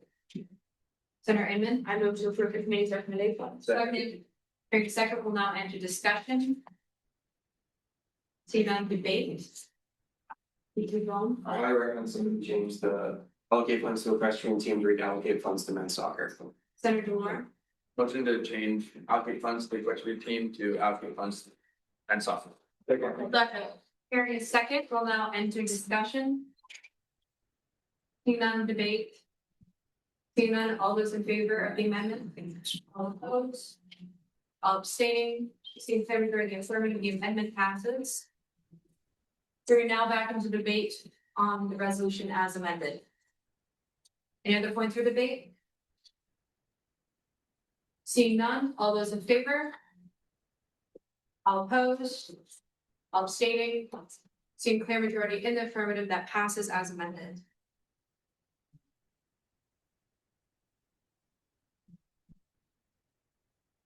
Mayor Palmer? I would like to motion to add a 5-minute recess out for guest speakers. Second. Hearing a second, we'll now enter discussion. Seeing none, debate. Seeing none, all those in favor? All opposed? All abstaining? Seeing clear majority in the affirmative, that passes. Seeing we have no guest speakers, we will enter the 5-minute recess and we'll reconvene at 7:30. We'll now move into executive report, starting with our president. All right, hi guys. I got some housekeeping. First off, I spent $26.99 for my exec fund for Sean's 40th birthday cake. So everybody say happy belated birthday, Sean. I doubt I'm gonna see this, but nonetheless. And also the President's State of the University is tomorrow. That is 1 to 2:30 in Minsky Recital Hall. Yes. This is a big deal. This will be when the president gives her official update to the kind of campus. She'll be touching on pretty much everything from what I understand, including student government. I know that there's a few things about us. So if you want to hear that, please pull up and don't make me go alone. please. Cynthia can't make it. I'll move into old business. There is no syllabus bank meeting yet. I am still waiting on email responses. I have literally sent like a bunch. Okay, and Senator Oldfield sent out a response today and got one, so that's awesome. But the logistics are happening in the background, and I have been having conversations with the provost when I get the chance. But hopefully we can have that scheduled by next week. Maybe, okay. Moving into hiring continues. Applications for positions are as follows. We have 3 for FA, 2 for SO, 1 for SE, 1 for AVPSE, 0 for DOC, 0 for DOT, 4 for BOT, 2 for FEPC, and 6 for clerk. So make sure to push those. In all honesty, pretty much usually, at least in my experience, the 3 years I've been a part of it, people apply like last minute. So I expect that to be the case this time around. But I will make sure that at least for next week, next week will be the last time I get to update you before break. But I will let you know kind of where applications stand. And BJ has begun initial reach outs, and I sent my messages to all hiring committee members earlier today. Committee members are expected to review that email and get back to me with any questions, preferably during tomorrow's exec. And if you don't come to exec, please send me an email with your questions. Moving into the amnesty, program update, myself and Dean Sedelko and Vice President Shelmerdine met on Monday to go over the suggested changes. They accepted pretty much all of them, and the few of them that they didn't outright agree with, we found I'm happy with all of the compromises that have been made. I'll put together some sort of brief about that and give that to you tomorrow, or not tomorrow, geez, next Tuesday. But I'm very excited about how that conversation went, and I think that the changes are common sense and simple nonetheless. And also, we will have Sean be drafting of what the Good Samaritan law is. So instead of the website of the university quoting statute, which can be very confusing because it's like a policy jargon, there will be a kind of layman's term link to Sean's website where people can get kind of more straight up information, which I think is another great compromise that we have. And they'll be linking that right to the page of the university website that has all the program information. So yes, is that correct? Yes, so good. Moving into the RA rep board, Dean Gifford couldn't make it to our Monday meeting, but I have a Friday meeting scheduled to go over that. We'll be talking about ways to kind of rebuild it and reimagine it and kind of get those concerns that she had about the original structure kind of face to face. Again, I haven't had a chance to discuss this with her, and I look forward to kind of going over that. Also tomorrow, myself, Vice President Thompson, Vice President Bohm, a bunch of other people. Is that everybody on our team? Anyway, we're having a sports club rep board meeting with Rec Sports, Quincy Clifford and Sean Owens to kind of discuss what it would really look like if we tied tier funding to this board, kind of what engagement has been like on their side, and just to go over general logistics and kind of get everybody's opinions out there. I look forward to that. Hopefully we can come back with some concrete action steps going into the rest of the semester. We don't have a lot of time. Moving into new business, myself, Vice President Bohm, Attorney O'Mara, and Vice President Shelmerdine have been negotiating Pam's contract.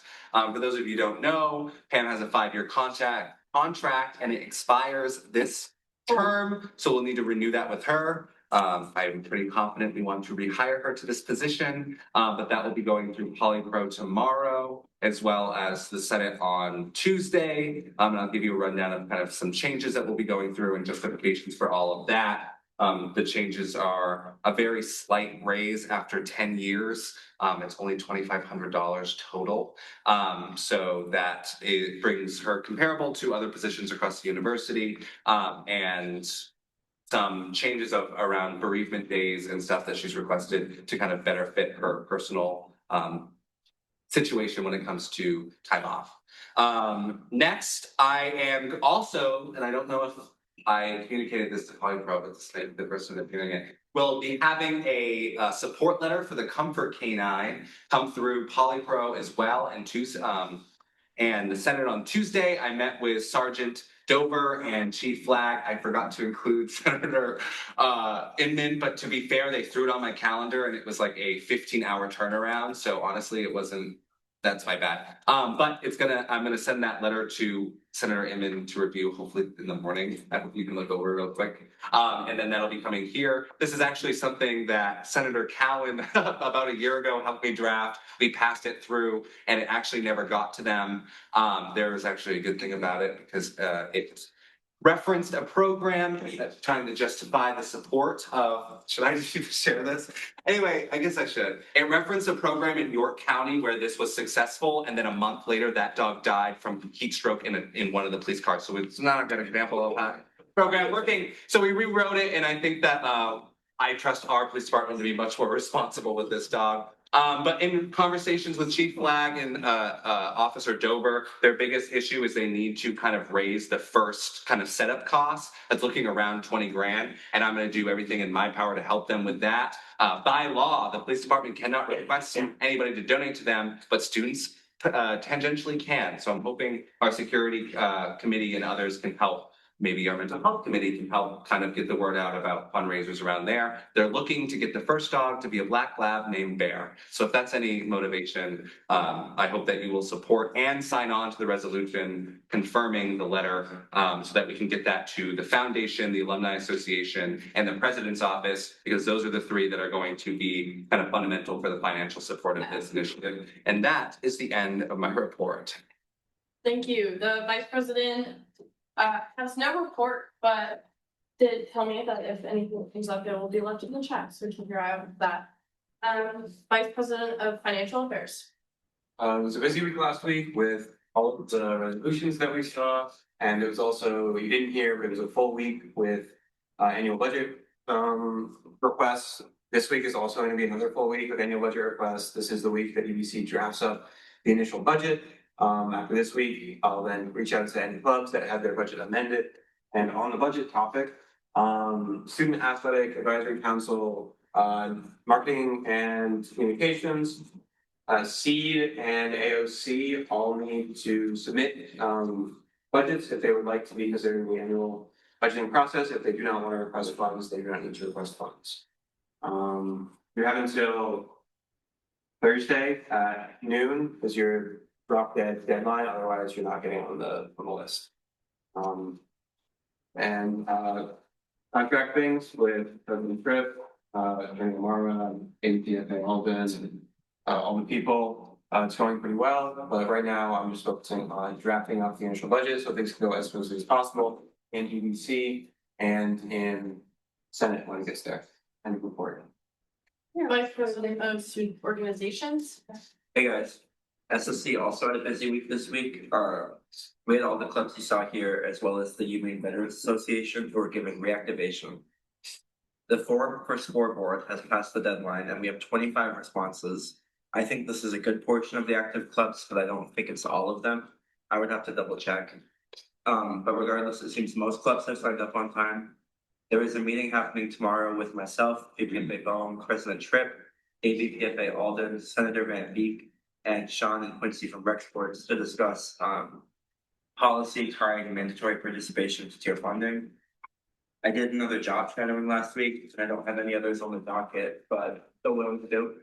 I can answer any questions you have about my job, and I encourage any senator who's been on SOC at all in the past and isn't graduating to apply. And to report. Vice President of Student Entertainment. Hi, everyone. 234 ticket to the Black Forest Cinemas last week. Again, SEC meets Fridays, 12 to 1 in my office, which is located in the back of the student government offices, which is in the back of the Wade Center. Awesome, fun things are happening this semester, so get involved. The concert. We announced the concert, and it has received a lot of positive attention, which is great. It was even covered by Wabi 5, which is interesting and fun and cool. Hey, I don't know. What did I call it? TV5. Can you guys not read? As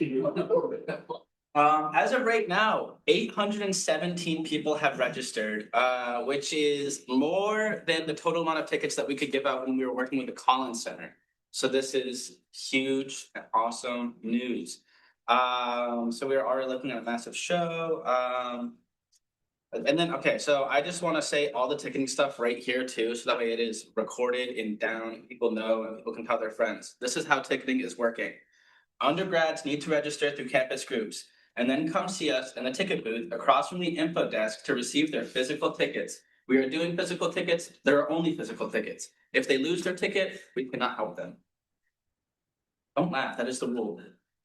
We will be tabling for tickets Mondays, 11 a.m. to 3 p.m. And again, it's going to be in that little ticket booth. If you want a friend to pick it up for you, or if somebody wants a friend to pick it up for them, they will need to email the AVPSC Hall or me the name of the person picking up the ticket, email the friend that they are having pick up the ticket, and then that friend needs to show us the email when picking up her ticket. It is complicated, but if you're having somebody pick it up, we have to confirm that they're picking up for you and that no tickets are going to non-undergrads. And then for graduate students, all they have to do is search up UMaine Spring Concert, graduate student tickets on campus group to register, and then follow the directions that they receive in the registration confirmation email. Should be straightforward. It's a fun process that I can't really talk about, so they'll just have to follow the directions. And then the general public just needs to look up the driver era on Ticketmaster, and they should be right there. And then this is very important. This Friday, SEC is the concert volunteering thing. So you have to come to SEC this Friday, 12 to 1, if you want to do it. If you have any friends who want to still do it, they need to have an NDA signed before Friday in order to attend, because again, a lot of the stuff we're dealing with is confidential. This is also when we're going to be doing the t-shirt sizes, so please keep that in mind again. And I just talked to Advisor Sudelka about it. Right now we have it registered for the co-room, but the co-room doesn't have a projector. So we might be getting that moved, but I will drop that information in the Senate chat if that happens. But just know that it is not going to be happening in my office this week because there's going to be a lot of people. And then, as everyone else has said, jobs are up. Please come meet with me. I've already had a couple of people use my office hours to talk and understand what my job is or what the AVPSC job is. These are fun jobs. They're awesome. You get to do awesome things and put on concerts. Please come talk to me. I can give you any information you need. Set up multiple hours or multiple meetings. I'm really available for you guys to figure out what you want to do and potentially further your career in student government and reporting. Vice President of Student Leadership. As you can see, 3 new senators today. Thank you to Senator Cowan and Dana for helping recruit. I'm onboarding all 3 tomorrow morning because that's how they scheduled it with me, I guess.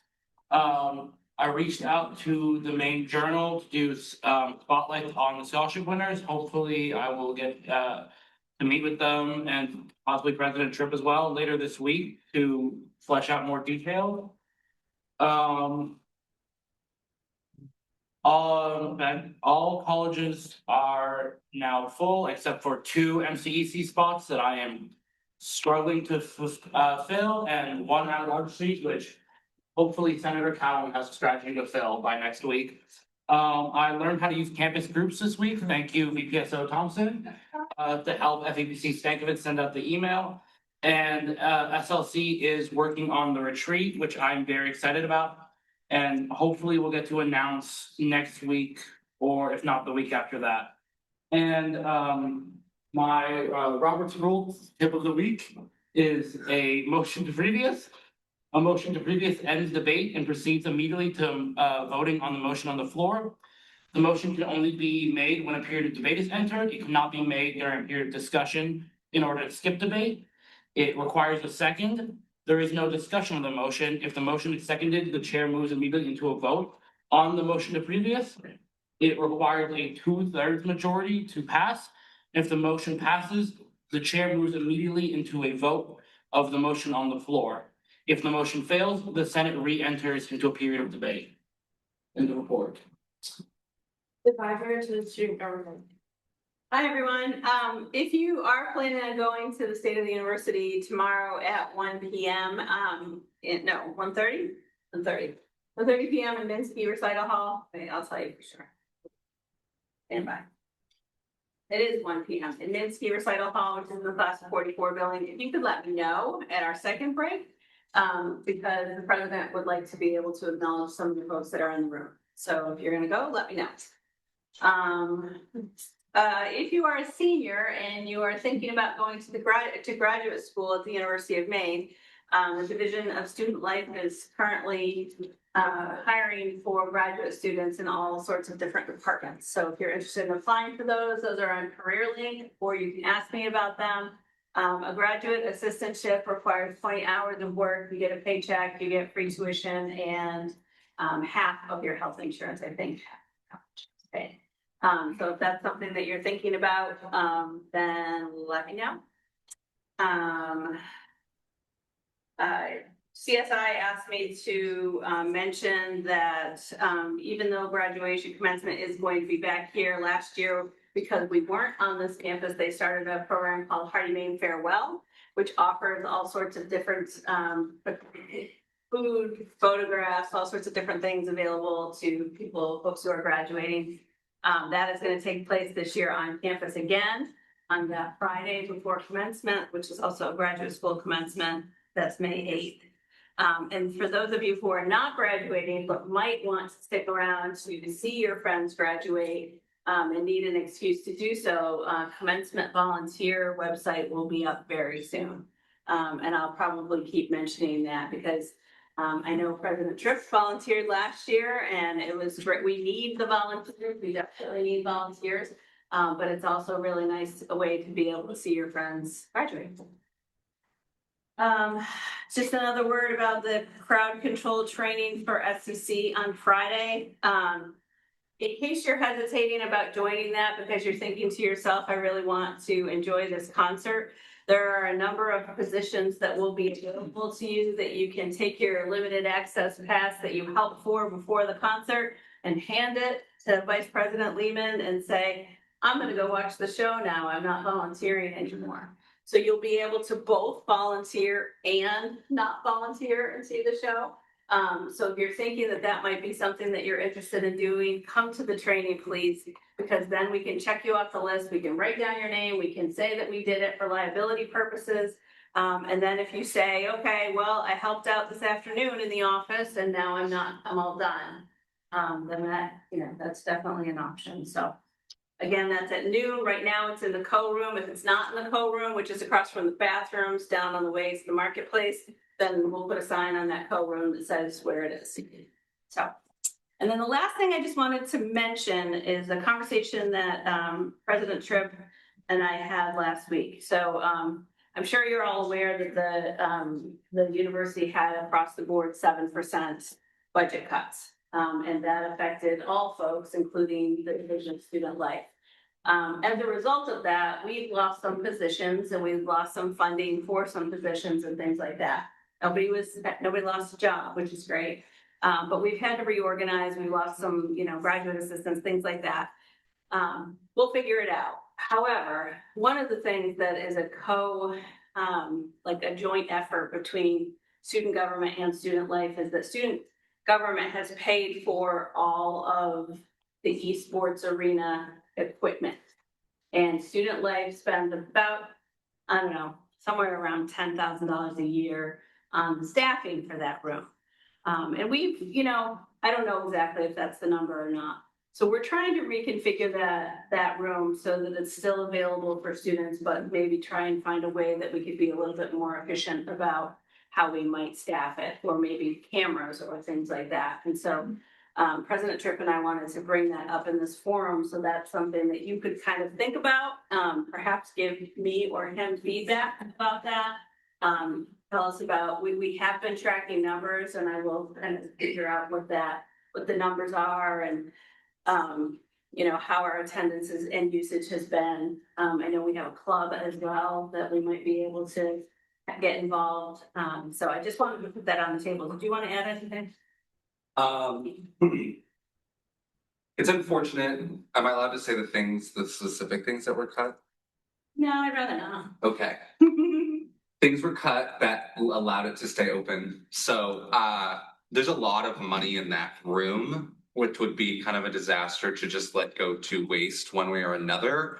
Obviously a camera isn't like the most perfect solution because it might not catch everything, but I'm open to feedback, and my worst case scenario is seeing the door shut. So let's try to get creative about how we can do this.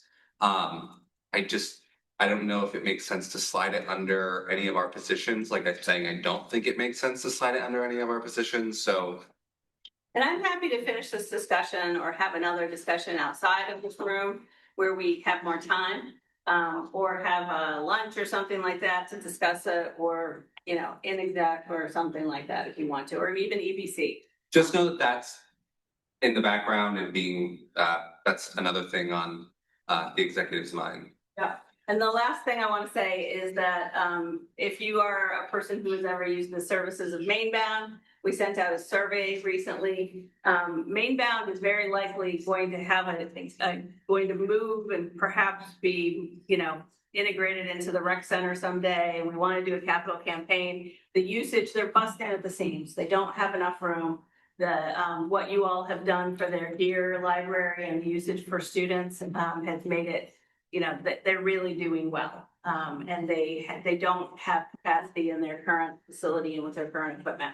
So we're going to try and help them. So if you have used that and you received the survey, if you know people who received the survey, please help us get feedback so that we can use the data, so that we can use that in a capital campaign. Any questions for any of the executive reports? Just as in addition to my report, I forgot to mention that I and Vice President Lehman and APSC Hall are meeting with Mainbound tomorrow to talk about the continuation of the program, and I think they're officially out of rental tickets. If I can talk on this real quick. Yeah, so they sent us the email on like Tuesday, and then they ran out of funding on, they're like, we'll last another week, if you can remember if I said that, because I said that. They ran out of funding like 2 days later, so it is clear that no one knows how much money that like is going into this, or like any projections that we're getting from them are just like not accurate. So it needs to be the truth. So we just need to sit down and like rework how this program is going to work moving forward. Any other questions? Question for BPFA. I walked past the swing set the other day and noticed that it's in need of repairs. This is something we should be keeping an eye on.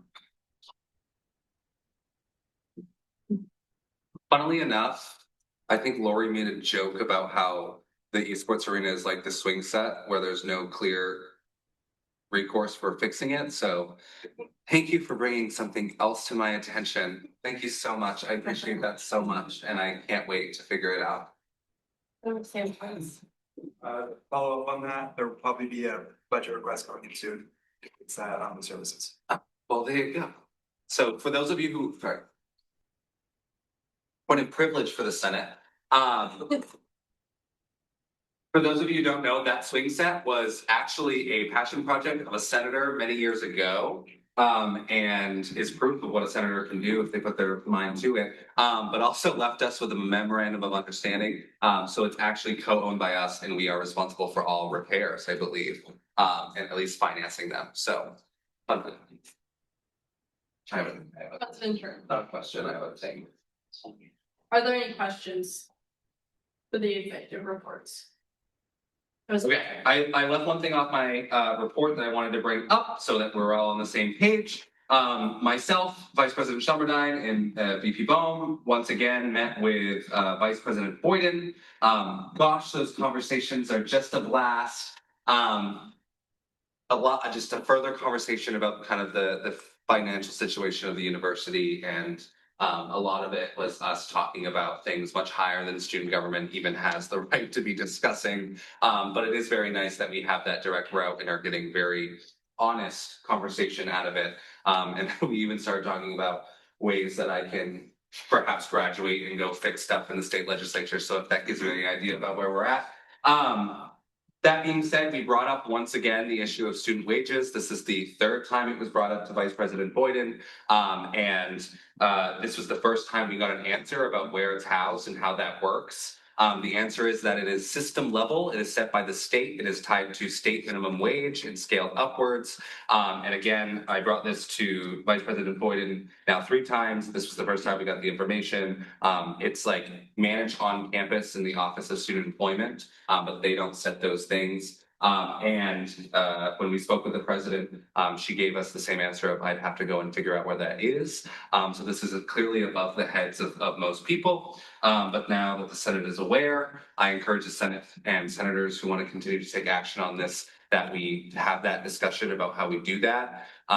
Again, this would be all of the wages of students are the same across the system, across campuses. So this would be a much bigger advocacy campaign than I think any of us even imagined it to be. That is the end of my report. We'll now move into periodic reports, starting with the faculty, Senate, student representative. No report. University of Maine Board of Trustees, student representative. Hi everyone, this week I have been updating the documentation that President and I put together before we went to the committee for this most recent student trustee process. So I've been updating the document to reflect like basically everything we learned this time around, and we doing a lot of deadlines that were earlier than I think we knew they were gonna be. So been working on that. This month for the board, they basically focus like a large portion of their energy on tenure nominations. And then the next board meeting will be March 15th and 16th in Augusta, and that will be my Chair of the Sarah Elections Practices Commission. Hi, everyone. I have had a busy week with elections rolling out yesterday. FEPC helped hold in-person voting, and we received 91 in-person votes. This is a huge increase compared to last year. We had 12 in-person votes, and the year before that, we had just 1. Today I met with Kathy at Buchanan, and we have officially reserved Buchanan for April 23rd for our inauguration. I'm starting the process of invitations and getting speakers lined up, and we'll hopefully have this finalized before spring break.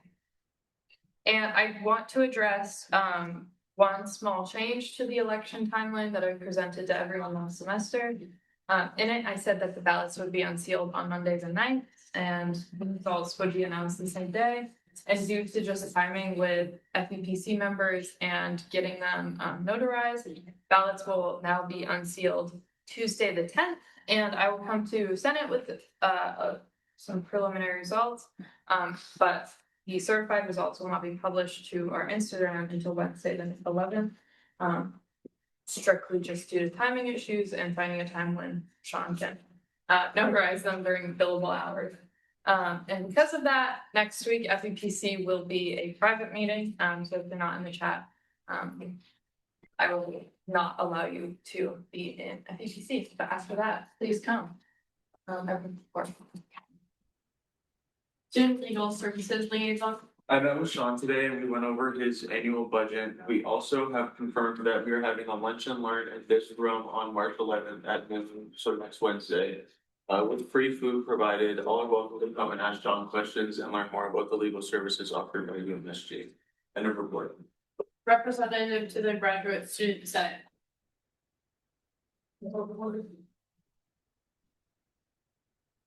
Representative to the Matthias Student Senate. Hi, everybody. On Monday, I had a very productive Zoom meeting with Jose Aquino, who is the interested candidate on the Matthias Senate end.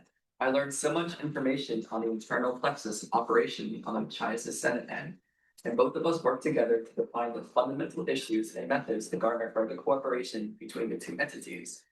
But I wanted to share to you some similarities and differences, or more often the important ones, in their aspects of their Senate, so you can get a grasp on how they run things there. And for starters, they do not have as many students involved within their Senate. which is to be expected due to the smaller college towns. But the extent of this is what I was surprised with.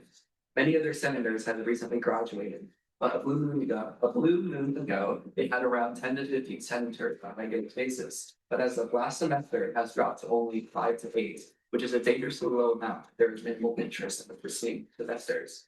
And their Senate attendance is actually not mandatory unless you are on the executive board. It is advised, but not obligatory. It is entirely commitment based. And every so often it will fluctuate. So one day it'll be 3, another day it'll be 6. And their executive board has 5 positions, being the president, vice president, the financial affairs officer, a secretary who takes on similar roles as the clerk here, and an officer of clubs and organizations, which is similar to our BPSO and BPSL. And these positions are not paid, but are only commitments. And joining their Senate is far more lenient as well. There's not necessarily a college representation like ELH or MBS, for instance. There are no signatures, and there is no meeting authorization, likely due to the low numbers there, and they don't want to be picky with who they get. But basically, it's who is interested-based system. And there's not representative boards, as the same way there as we do, again, due to the low numbers. We laid out some fundamental problems together. We both agreed that most of the issues stem from minimal interest in too low members. They are struggling to reach out and garner more involvement on a large scale. I was told that they do not have an Instagram page like we do, according to the representative on their end. There just isn't as much like reaching out going on as opposed to us. And many students are under the impression that it is on a similar scale as Orono's, or on a very large scale, but is actually very relaxed. And I wanted to work on establishing a social media presence with their representative and talk more in depth about ways to publicize their Senate to get more involvement. And Jose will also be giving a similar report to the Machias Senate on Wednesday, which is basically mock but reversed. When Jose was talking about a large number we have, for instance. But good things to come and everyone's. Or town council liaison? Does anyone have that report?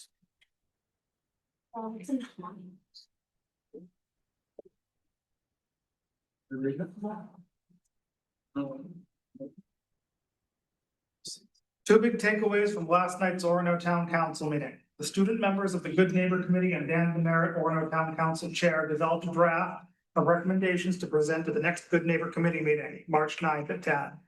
That draft is in the chat. Additionally, he will be forwarding me the data they get from the town incidents and follow up involving the disorderly activity ordinance. But it won't be until late this week or Monday. Also, the Orono Town Council plans to ask the student government to nominate a person to serve on their home committee. So if this is something you are interested in, speak up. I have included the information sheet about the committee in the chat as well. Feel free to ask me any questions and I'll do the best I can to answer them. But if I cannot, I will email Dan to get answers for you. There's also another meeting next Monday that I will be attending post Good Neighbor Committee meeting. So hopefully most of those questions can be answered next week. Thank you. Old Town Council, Old Town City Council liaison. Does anyone have that? Okay, representative of Military and Veteran Student Affairs. No report. Director of Communications. Does anyone have that report? Yes, he can order. Director of Technology. University of Maine Security Representative.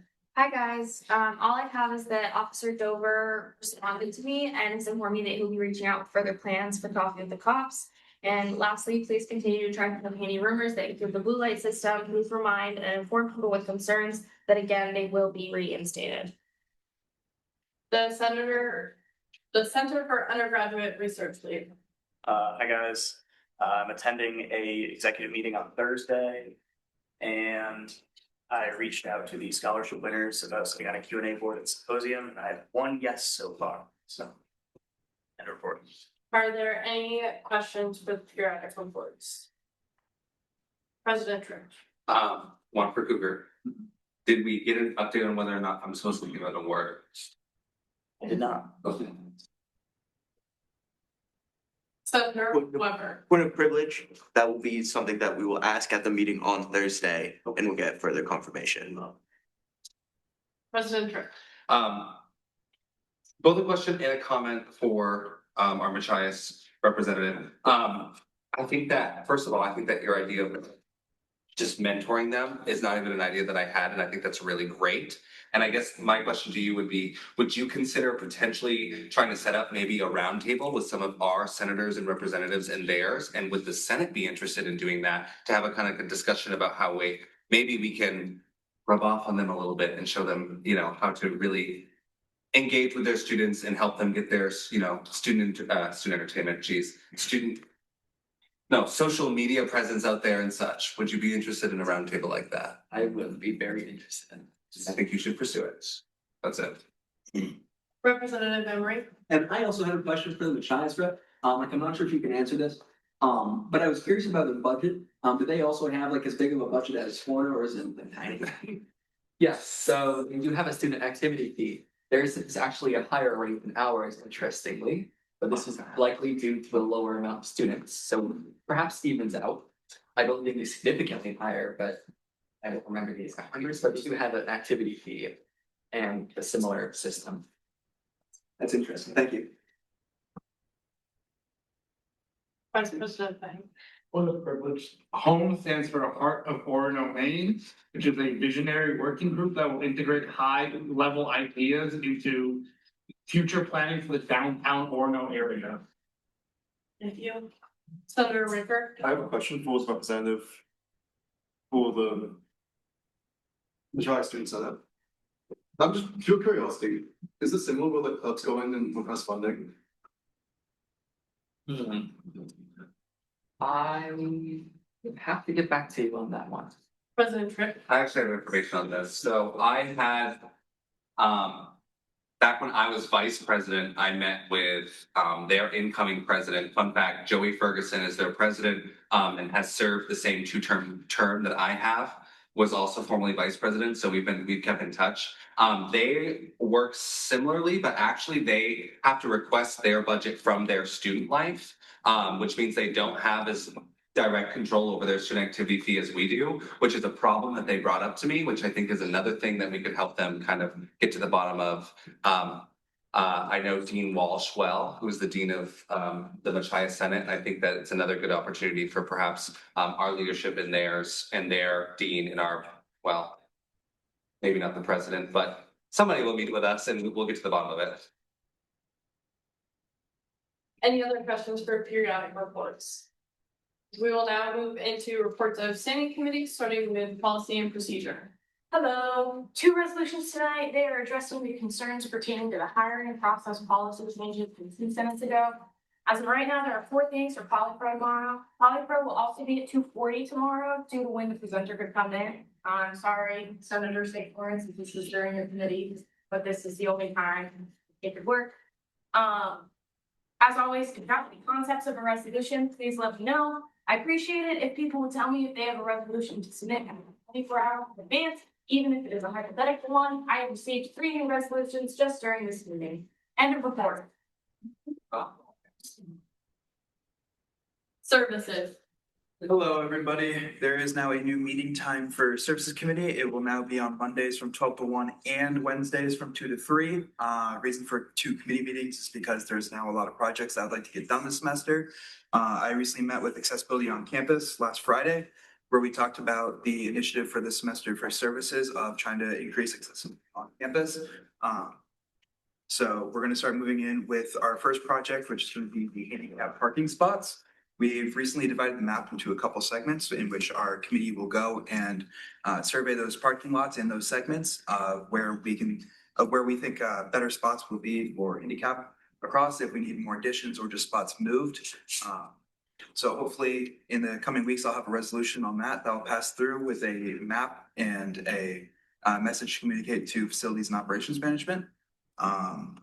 Other than that, I will also work on getting a request in to fix the swing because I meant to do that last semester. So I will hopefully get that done also hopefully soon. So look out for some solutions and requests coming from me in the coming weeks and a report. Academic affairs. Hello, I have a little bit of a shorter report this week. I met with Senior Associate Provost Scott Marzilli on Thursday of last week. We had a really profitable conversation focused on student evaluations and I don't know why, because this word I can't say it. anonymity. Anonymity. I tried. Associated them or the lack thereof might be more accurate to our conversation. I'm planning to bring a discussion up at the next academic affairs faculty meeting regarding why the comments are only available to the professors when like comments and not also available to the department chair. Perhaps our advisor can shed some light on that issue notes, but if not, I hope to have an answer for you guys in the next week or so. We also had a conversation regarding attendance policies as well. For those of you that are unaware of this, I'm guessing it might be a good amount of you because I don't know that this was made super public. The university has a universal bereavement policy in which the student has its fully excused absences up to a week of classes. It is my understanding that this supersedes any professor or course policies. The student then has 2 weeks to coordinate makeup work upon return. The policy extends to family, close friends, relations, and household members. We also discussed some issues regarding illness excusals in classes, which I will be mentioning in the faculty meeting as well. The next academic affairs faculty meeting will be on Wednesday, the 18th. And for those of you that are counting down like me, yes, that is the Wednesday in the middle of spring break. I will be out of the country, so I'm planning to attend over Zoom. But if anyone is around and wants to proxy, please let me know. That's all I have for now. Actually, that's not true. I forgot to add this in my report, but Scott Mersley let me know that the Black Bear alert system, and for those of you that don't know, it's like a freshman check-in system that they've implemented for all the freshmen, has also now extended to providing like a Rising Black Bear award to freshmen that are doing well for their professors. So just a fun little positive addition. I also spoke to him about the extending that program to transfer students in the future, which he was very receptive of.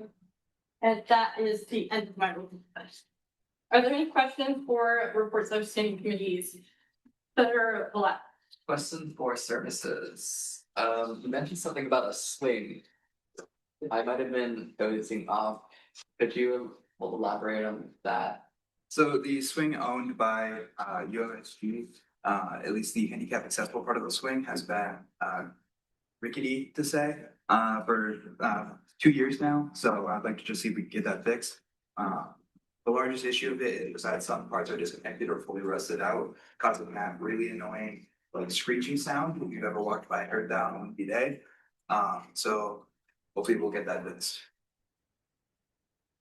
PPFA button. Also, question for services.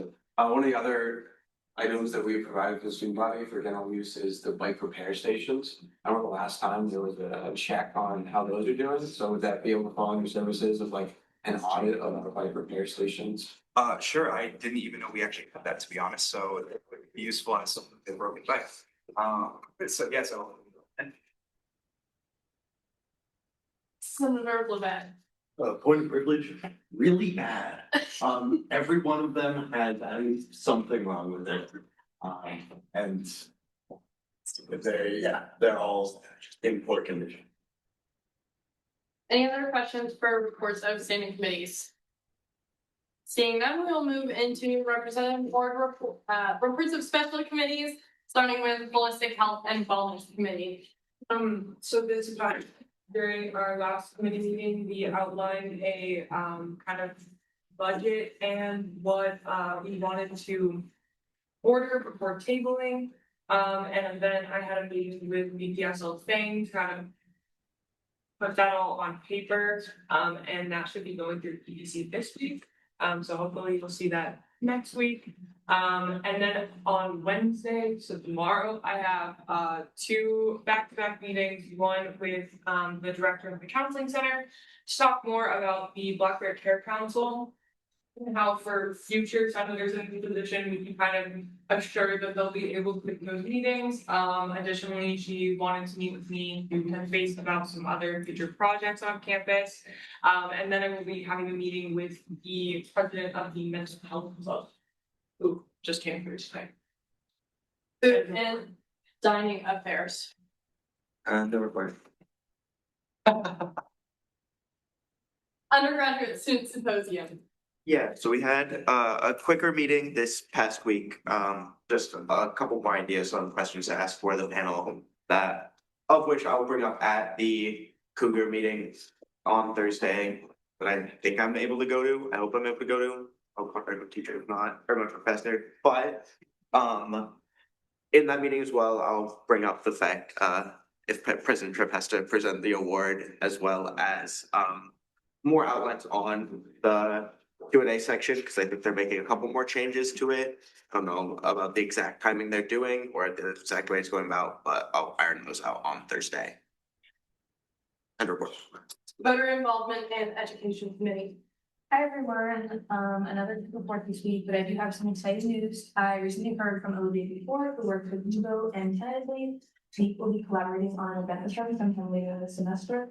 So if that sounds like something you're interested in, please let me know. It would be great. There's a lot of new ideas from the team. That's really all the information I have as of right now, but I will keep everyone updated as soon as I know more. Non-traditional commuter and transfer students committee. No report. Are there any questions for reports of special committees? Senator Washington. I did forget to shout out Senator Lamadrid for bugging her dad to sponsor the undergraduate student symposium. So again,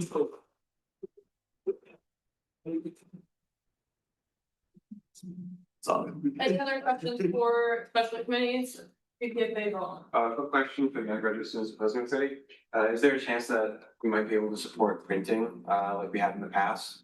So, exactly, that was another question I was gonna bring up.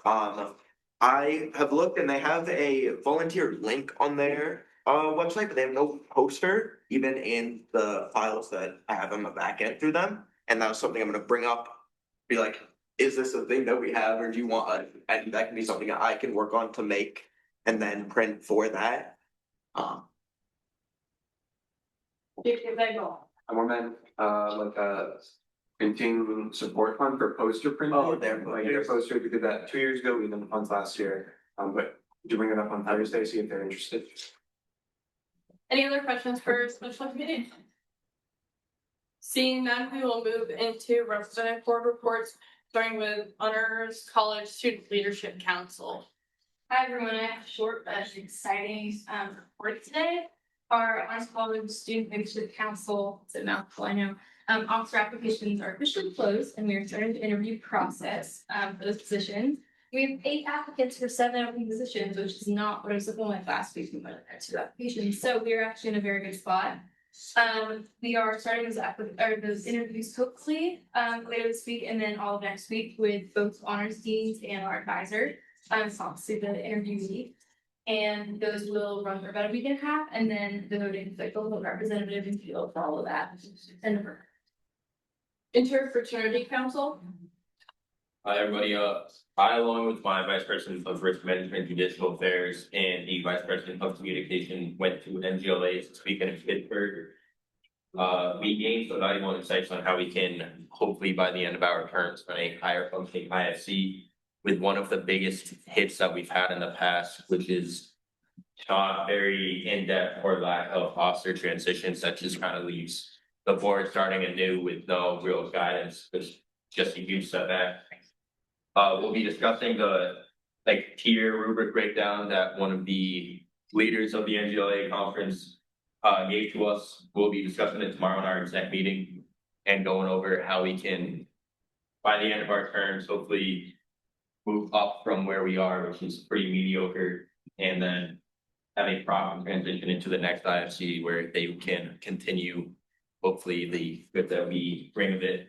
And you can check out the Greek Life Instagram page if you want to see some of the pictures of our travels. And Greek Week should hopefully be ironed out and made public before the start of spring break. We're kind of aiming to have it out by the end of this week, but we've got to finalize public, of course. And Hellenic Council. We are voting on the bylaws during the meeting tomorrow. All chapters are done COVing and have reached chapter total. We have our mental health night this Thursday from 5 to 7 p.m. for all the chapters, and we're excited to see the turnout. Over the weekend, our VP of programming unfortunately has stepped down from their position to focus on their academics. Panel Exec and IFC's VP of programming are working getting the details finalized for the week. And we're hoping to vote in the new VP of programming in the next coming weeks. And I'll also use this to promote my event later this March. It's Upward Empowered, and we'll Panhandle will be partnering with Maple Wadsworth Health Center, Title IX and rape response services, and just to give out free resources and popcorn. So you should swing by and report. Student Athletic Advisory Council. Hi, everyone. So we just had a meeting earlier today. We're planning, 2 events right now. The first one is March 29th, where we're going to do sports swaps, where student athletes can try other sports. And later, in April, we're gonna do a mental health conference for student athletes. Over the weekend, well, last week, women's, ice hockey won their first playoff game, but lost the quarterfinals later. Men's hockey swept Northeastern. And women's basketball won both of their games and then they'll be hosting the playoffs. At a report. Senior Class Council. Hi, everyone. So yesterday, 2026 commencement ticketing information was sent to undergraduates who had applied to graduate in May. The message that was received was all students who have applied to graduate will be eligible to receive up to 5 guest tickets. On Monday, March 23rd, you'll receive another message that includes a ticket request form where you will claim your tickets. The deadline to claim tickets is Sunday, April 12th. Mobile tickets will be sent to you via email following that deadline. I just wanted to let you all know about that so you can encourage those around you to be on the lookout for those tickets if they plan on participating in commencement. Secondly, I want to make everyone aware of the senior class gift campaign that is currently being hosted by the University of Maine Foundation. This is an opportunity for graduating students to donate $26 or more to any fund at Maine. After making that donation, you'll receive a philanthropy cord and pin to wear at graduation, and then also an invitation to the True Blue Toast at the Buchanan Alumni House, where you'll be inducted into the Loyal M Society. More information can be found online at humanefoundation.org/classgiving. This campaign is unrelated to the class gift that senior class council is currently working for class council stuff. Next Wednesday, March 11th, we're hosting another fundraiser at OHOP, so another karaoke night. Order the class sign song drink to have a portion of the proceeds donated to the senior class council to go toward our senior week and class gift. We'll be there from 8 to 11 p.m. handing out class of 2026 stickers, but any sign song drink purchased throughout the day will contribute to the fundraiser. You must be 21 years of age or older to attend. And finally, there are 67 days left until graduation and before Sustainability Environmental Action Division. Everybody will have a tentative date of April 23rd for our final, so sustainability field day. And we have 13 folks that are requesting to take it. And Are there any questions for the representative board reports? You can say both. For Representative Tremblay and Representative Hancock, is there any intention of your organizations to request an annual budget this year? Not as of right now, we currently have enough. we're waiting on the signature that they're here. Any other questions for representative board reports? Seeing none, we will move into community association reports, starting with the Student Heritage Alliance Council. Hi, everybody. Shaq had a pretty good meeting last week. There, I clarified the situation with the blue lights, and they were very happy to hear that. So I felt bad about spreading that disinformation, but I got taken care of. I'm working with Senator Valette on establishing the Eastern European Club. I'm very excited to see this happen. So if anybody knows anybody like with heritage spanning from Poland to Russia, or is even just curious about it, please let me know, or let Senator Valette know. And we'll see if we can really build that coalition to increase representation on campus. I also met with the Indigenous Student Organization President Blake Getchell today, and to learn more about it. Like I heard whispers about it, but it's not a campus person, so I had to do a bit of digging. But she's doing a great job. They just had their full moon ceremony out in front of Fogler. It's a great time. Had some berries and thanked Mother Nature, which is very, very cool. I Gmailed the Campus Crusaders about becoming a part of SHAC. I haven't heard from them. This is to increase Christian representation in SHAC. But having just heard from Blackberry Catholics, I will be sending them another email so that we can get that happening. I also still need to reach out to the Bengali Student Association and the Nepali Student Associations who are associated with the graduate student body or the graduate student body. But hearing their voice will be pretty cool. So I'm really looking forward to doing that. Due to the surrounding the formal, we weren't sure what the pricing would look like initially. But for 100 people to be reserved for this event, it came out to 1,080, and that was well below our budget. So we're looking to increase that to 200 people so that we can get people or organizations who aren't necessarily a part of SHAC, but contribute meaningfully to student culture at UMaine, so they can be a part of that as well. I also met with Adora Elise about the hair care fair. And she's going to be working with her own exec board to see if they can even ask for a bit more money. So I will get back to you guys on that, and she will also be working with you guys. And on behalf of Farad, thank you for accepting our funding request. Even though it does fall beneath the $1,000 I guess presentation requirement. If it is a pleasure of the Senate, I'd really like to present on that once it's done because it's very meaningful trip. So thank you guys. The Wildfire Great Alliance. Last Friday, we announced the winning theme for Lavender Prom. Theme for Lavender Prom will be Gothic. Lavender Prom will be March 28th, 7 to 10 p.m. here in the Banquet Room. We are going to have 10 total performers in the drag show this year. 4 of those are professional, 5 are students, and we will have 1 special guest. This lineup contains both new performers and some returning fan favorites, including some of last year's most popular student performers who have been asked for by name. We have the most returning student performers that we've ever had in the show. This is our most talented group by far, so I really hope that you can all come out sometime on April 11th at 7 p.m. to see the show. And as a reminder, we just really for main card and support. International Student Association. Accessibility on campus. Does anyone have that report?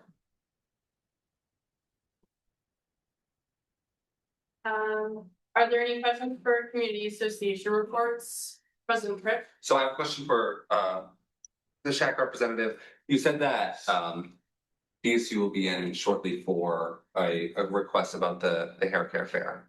I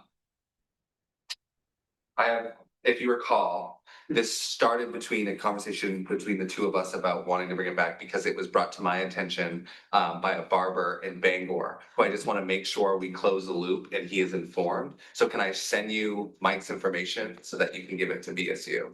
Yeah, please do. Great. And in my meeting with Adora, it turns out that all of the barbers who they went to, I think it was the last time that they did, are going to be returning. So it's going to be the same local barbers and salons. I'll just send you that information just in case, just so I can make sure. Beauticians. Also for SHAC and also on the hair care fair. And you encourage BSU to have their requests submitted by Thursday at noon, so we get them in this week, so this money's going fast. Yes, absolutely. Any other questions for community association reports? And you put an ad. Representative Emery. Sorry about that. I do want to add something. SHAC has been meeting bi-weekly this semester. It's been very, very chaotic, a lot of things going on. But after spring break, we're going to be meeting weekly. And we're going to see about doing it in the senior scope for that sense of consistency. That is will be every Thursday from 5 to 6 o'clock in the senior skulls room. So if you know anybody who would be interested or interested yourself, please join us. Yeah. Any other questions for community association report? Seeing none, we will move into our second 5-minute recess and we'll be reconvening at Senator Ricker. I'm just trying to find a recess from the agenda. Not hearing a second, that fails. We will reconvene at 8:36. And seeing nothing for unfinished business, we'll move into new business, starting with 47S POL 49, addition of preliminary screening to the hiring process. Okay, this one is from 2 weeks ago when we passed the massive hiring policy changes, and there were two points brought up that we decided to discuss at a later date. So those are the two resolutions that are going through today. The first one is the point that was brought up if each job has like 12 applicants, how are we gonna spend time finding time to interview all of them? And so process that the was discussed in policy, the policy procedure committee was allowing a time frame for exceed hiring committees to look at their respective job applications and able to cut down on the number based on the application materials.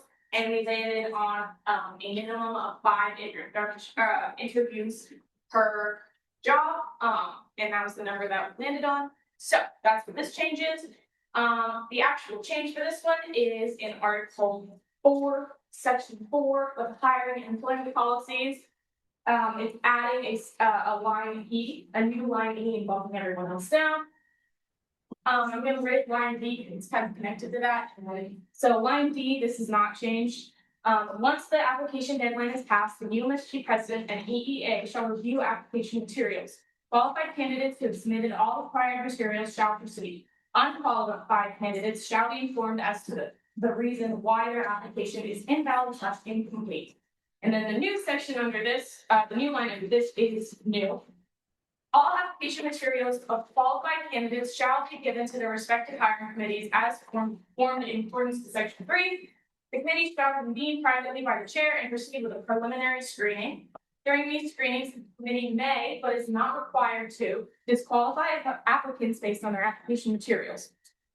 Committees must conduct a minimum of 5 interviews each, and preliminary screening shall not be conducted should there be less than 6 applicants. And then the next 2 changes are just changing wording so it flows and makes sense.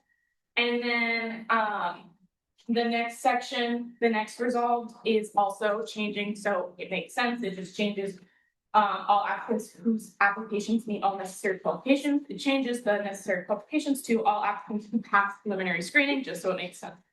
So that is the solution we landed on. But any questions for the speakers? Senator Ricker. Yeah, was there a problem originally with executives having way too many interviews, not being a problem for the applicant and position being filled? It hasn't in the past, from what I know, but with Senate becoming a larger entity, there were concerns going forward that there could become a problem. Especially with your wage increases, there was we are predicting an influx in applications, and so this is that's prevented this. President Trent. When is this supposed to take place? The preliminary first screening, After the application during post. so over spring break? Cause I'm not paid and neither is BJ. No. So I'm not sure how this actually would work in practice, other than potentially kicking our hiring a week back and closing our training period from 2 weeks to 1 week, which would push everything back. So I guess my question is like, if this is going to work, it would need to say something. This doesn't work with my timeline. We're supposed to be, I have to schedule them as they come in. So like, I guess I genuinely need to know if this is going to push hiring into my spring break. So you and our EEA receive applicants and go through them after spring break? But interviews, our 2 weeks of interviews is that Monday back. Right, so instead of interviews being scheduled on Monday, it would be one meeting, like it does in the meeting. Of all of our committees that executives sit on multiple of. Yeah. That won't work.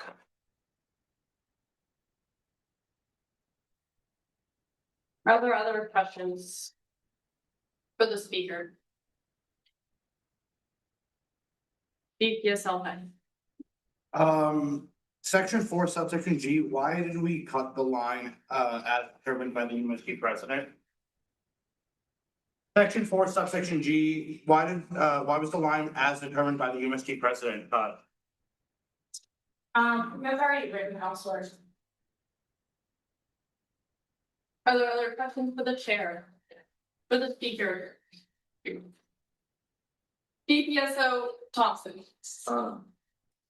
So if that would be happening on the Monday of the week of interviews starting, would that not also mean we can't start scheduling interviews until that Monday? So we wouldn't know who's making it past prelim screening. Yes, but with the prelim screening, you would theoretically be having less interviews, so you have more time to do this. Senator Ricker. Do you know how many applications are into executive positions this year, and how that compares to previous years of applications for executive positions? It's hard to tell because application is still open. Like President Cook. as I stated in my report, applications often come in toward the end of it, so. Like, the reach outs the current process is that as a completed application comes in. And if it is an adequate application, we then move into the initial reach out. Once we have what we're doing right now, which is gauging weekly availabilities of the executives and therefore hiring committee members, including Sean, Pam and BJ. We then schedule them as they come in and are validated. So this would prevent me from doing that at all until Friday at midnight, so the 13th, which then would push us all the way through spring break. And then I guess the expectation would be that I would need to do it all on that Monday. Or BJ would have to do that all on that Monday, and that would mean we would be scheduling, if the theory is correct, like over 30 interviews on Monday to be done by the end of the week or the week after. Which really starts to just crunch again on the time that executives have to do these. So I think we walked into another problem with this. And the way that I guess I can only see this functioning, I guess that would be debate. Are there other questions for the speaker? Seeing no more questions for the speaker, what is the committee's recommendation? 400 ought to pass. I'm now looking for approval of the committee's recommendation. Senator Dana. I move to approve the committee's recommendation. Second. Hearing a second that's adopted. We will now move into a period for discussion. A period for debate. BPSO Thompson. I love the idea of doing this, I just don't think it makes sense with our timeline.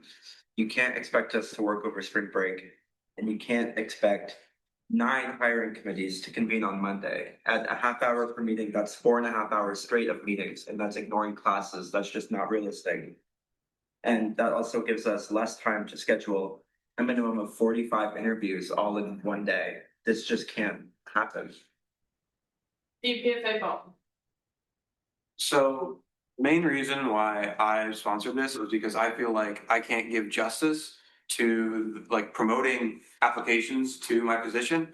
Because I don't think that I could field all the applicants who would apply to the VPFA position. I feel like in order to appropriately advertise this position in the student body, I should be going to classes, especially like in the MBS department, and advertising this. Like I was advertised to be a senator, I should go to classes and give this as an opportunity for people to apply.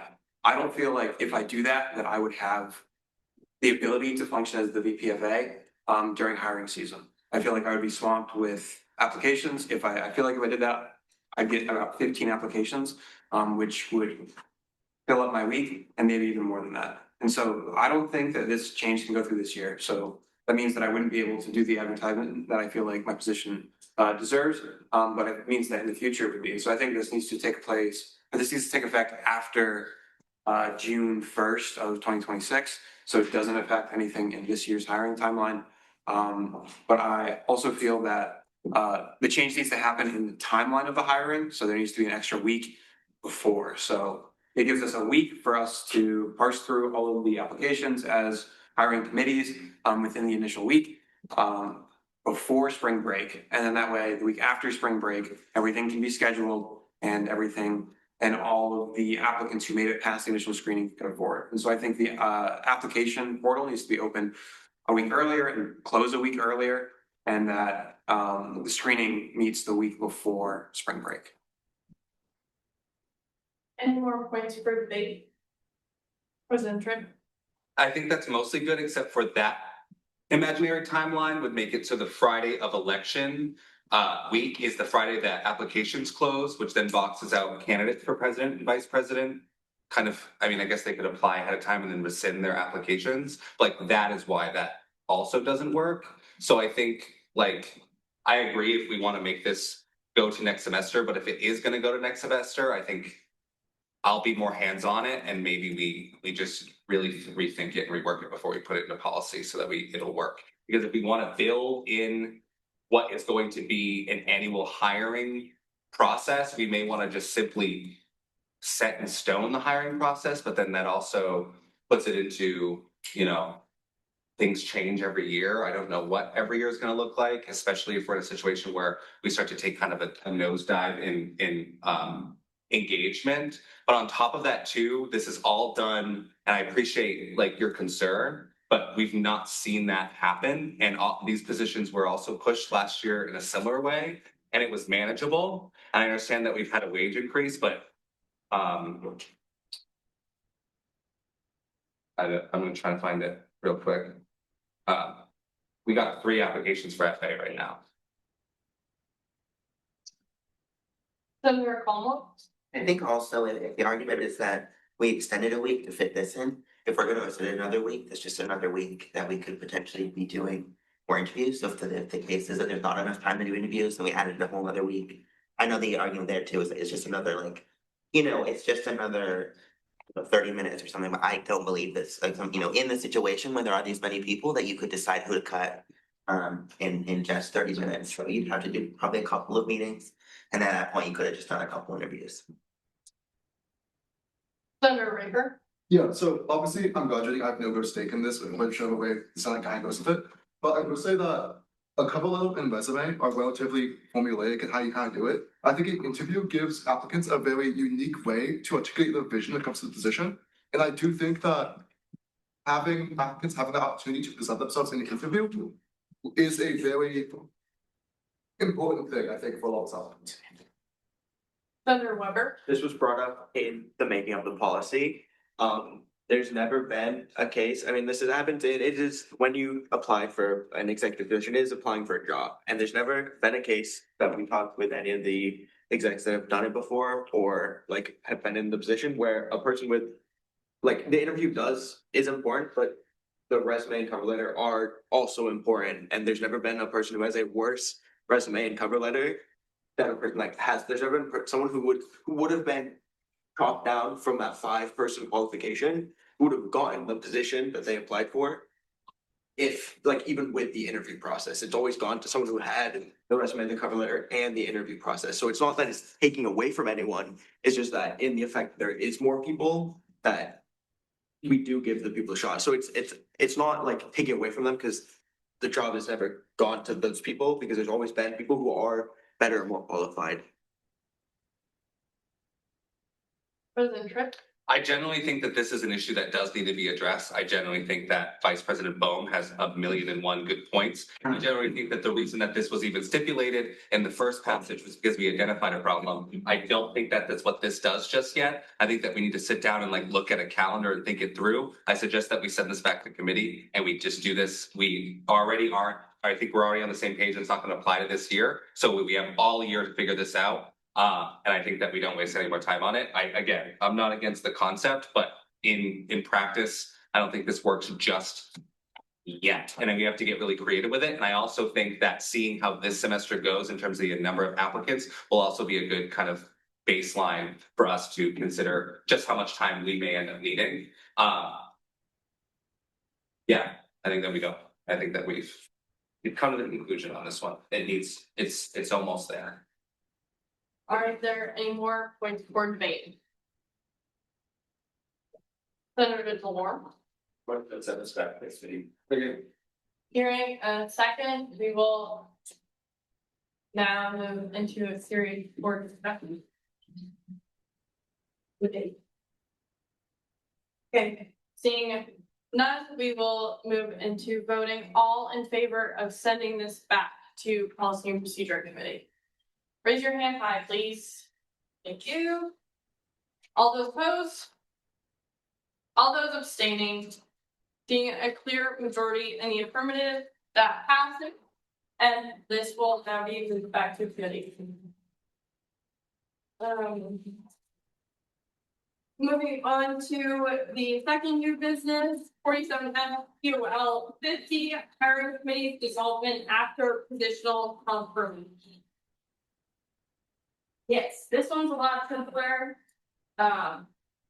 Very simple, actually. This basically just makes it so the hiring committees dissolve after the candidates that are selected and then pass the Senate confirm their acceptance of this position.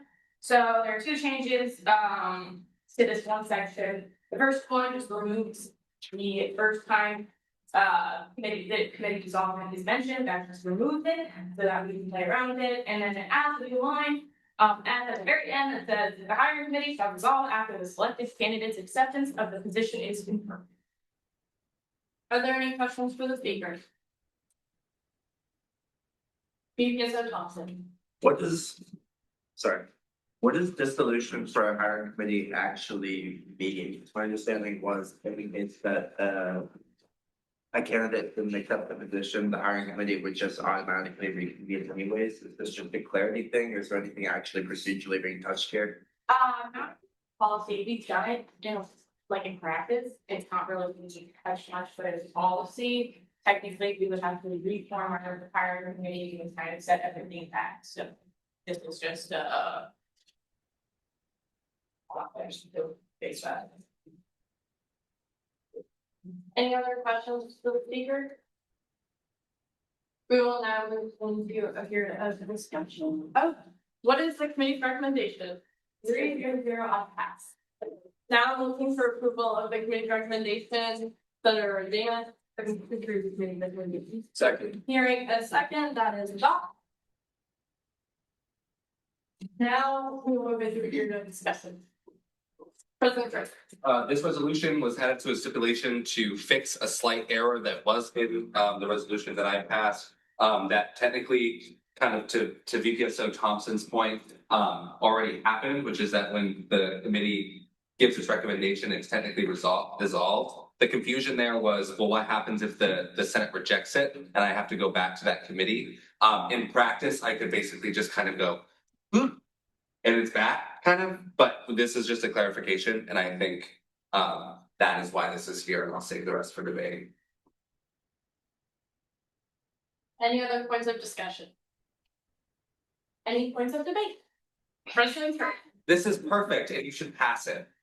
Any other points for debate? Then I move into voting. All those in favor of the resolution at hand?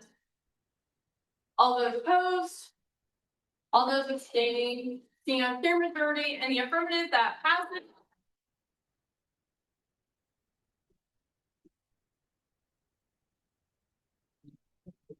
Seeing nothing for main motions or executive session, we will now move to special orders and announcements. Any member of UMSG may address the DSS for not more than 5 minutes. Senator Inman. There is a Huntsman Cancer Foundation charity event being held by Sigma Chi. They are taking donations to Vote on a Brother to Dumb, Senator St. Lawrence, Senator Lovett, sorry, and BPS Al Bang, Senator Ricker. and Senator Ricker, I lost my spot, hang on. Are all in the running. Rumor is if UPSL Bang wins, they'll dunk him twice. So please go check it out. Their Instagrams, or on the Sigma Chi Instagram. Go vote. $1 is one vote. I'll be dropping this info in the Senate chat along with the Instagram. Any other special orders and announcements? Senator Levesque. Top three, so in addition to that, top three brothers voted will get dogs, so there's a chance that the majority of the brothers here, will be, very wet and cold. And then on top of that, thank you to VPSL Fang, who, majority outside of billing hours, assisted Senator Dana and I in securing a victory in high pixel bed wars. Deeply appreciated, and he has clearly made strides in bridging the gap between senators and the executive.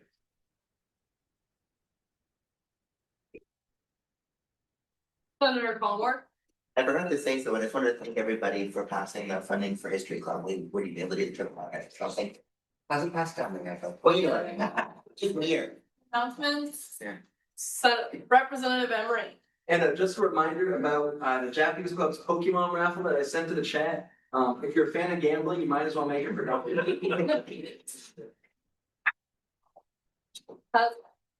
PPSL Bang. As of 2 minutes ago, I am $5 away from being knocked out of second place. So, please donate to cancer research, or I will not get dumped for a second semester in a row. Any other special orders and announcements? Senator Levesque. Anyone who donates to VPSL Bang, I will match up to $20. Any other special orders and announcements? President Tripp. A few things. Number one, please reach out to Marissa if you want to be on the home committee. I think it's really important that since we had kind of such a big we made a big stink about not having a bunch of representation on the Orono Town Council, that we take the opportunity that they're giving us. So please let her know if you're interested in that. Something else that I want to overview, which will take a second, I'm sorry, our Senate awards. So for those of you who may not know, every year senators are given, there are 2 awards for the Senate. They're selected by the executives. I'll drop the explanation in the chat, but these are given out at the Student Leadership Awards that are hosted by CSI. Our 2 previous winners, Senator Weber and Senator Bang at the time. Was that the same year? Yeah. We'll be kind of rolling those out, but I just wanted you guys to be aware that they exist. And if any of you feel strongly about another senator who deserves one of these 2 awards, and actually one of them is called the UMSG Emerging Leader. Oh no, they're both Senate awards. Yeah. There are volunteers, everybody else is compensated, they deserve something. Please send me an email with a recommendation. So far, this is kind of an informal thing. I'm gonna work on putting it into policy at the end of the year so that these get done annually. But the way that I'm gonna do it this year, since it's kind of at my discretion, is if anybody has a nomination for either of the 2 categories that I dropped in the chat, send me an email with your nomination as why. I will share with the executive committee when we make that decision. That'll happen at our next exec meeting tomorrow, but next Wednesday. I wanted to say thank you to VPFA Bohm, Senators Oldfield and Sparks for attempting to fix a real problem. I'm sorry that we had to send it back to committee, but I'm sure that if we put all our heads together, we'll figure it out. And then let me be the one to invite anybody if we want to do something after Senate. I would love to. I had a long day, but honestly, I'm feeling energized. And that being said, cabinet in the morning at 8 a.m. Any other special orders and announcements? Senator Parks. Guys, I would really like dollars. Second. Any other special orders and announcements? Okay, I have one myself. Happy birthday to everyone who had a birthday in the past week or so. I know there were at least 3 of you, so shout out. No, I won't do that to them. But if you know, you know, and if you don't, you should ask around. Any others?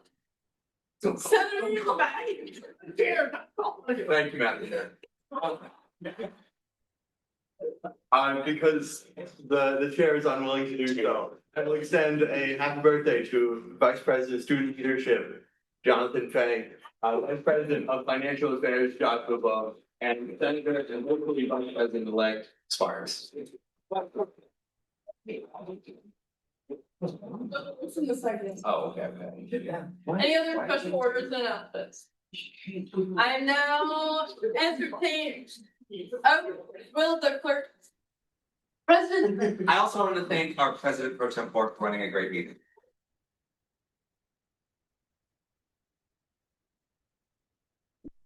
I will now ask the clerk for our executive assistant. President Tripp.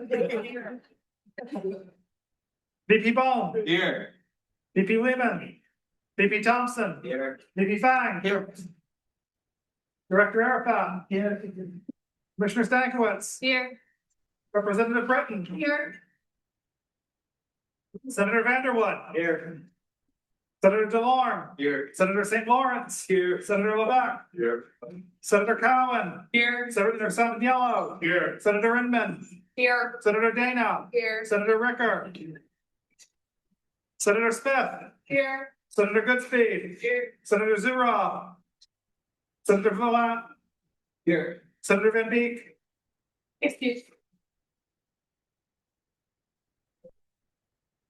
Senator LaMadrid. Here. Senator Oldfield. Here. Senator Bergmark. Senator Rivera. Here. Senator Weber. Here. Senator Seward. Here. Senator Zilog. Here. Senator Collmore. Here. Senator Sparks. Here. Senator Crowdy. Here. Senator Subker. Senator Cummings. Here. Representative Pellet. Here. Representative Brunner. Here. Representative Neff. Here. Representative Karpinski. Here. Representative Fancock. Here. Representative Emery. Here. Representative Gamble. Here. Representative Abed. Here. Representative Tremblay. Here. Representative Farrago Dumch. Did I miss anybody? I'm here now. I wasn't there. Senator Sippert. Gotcha.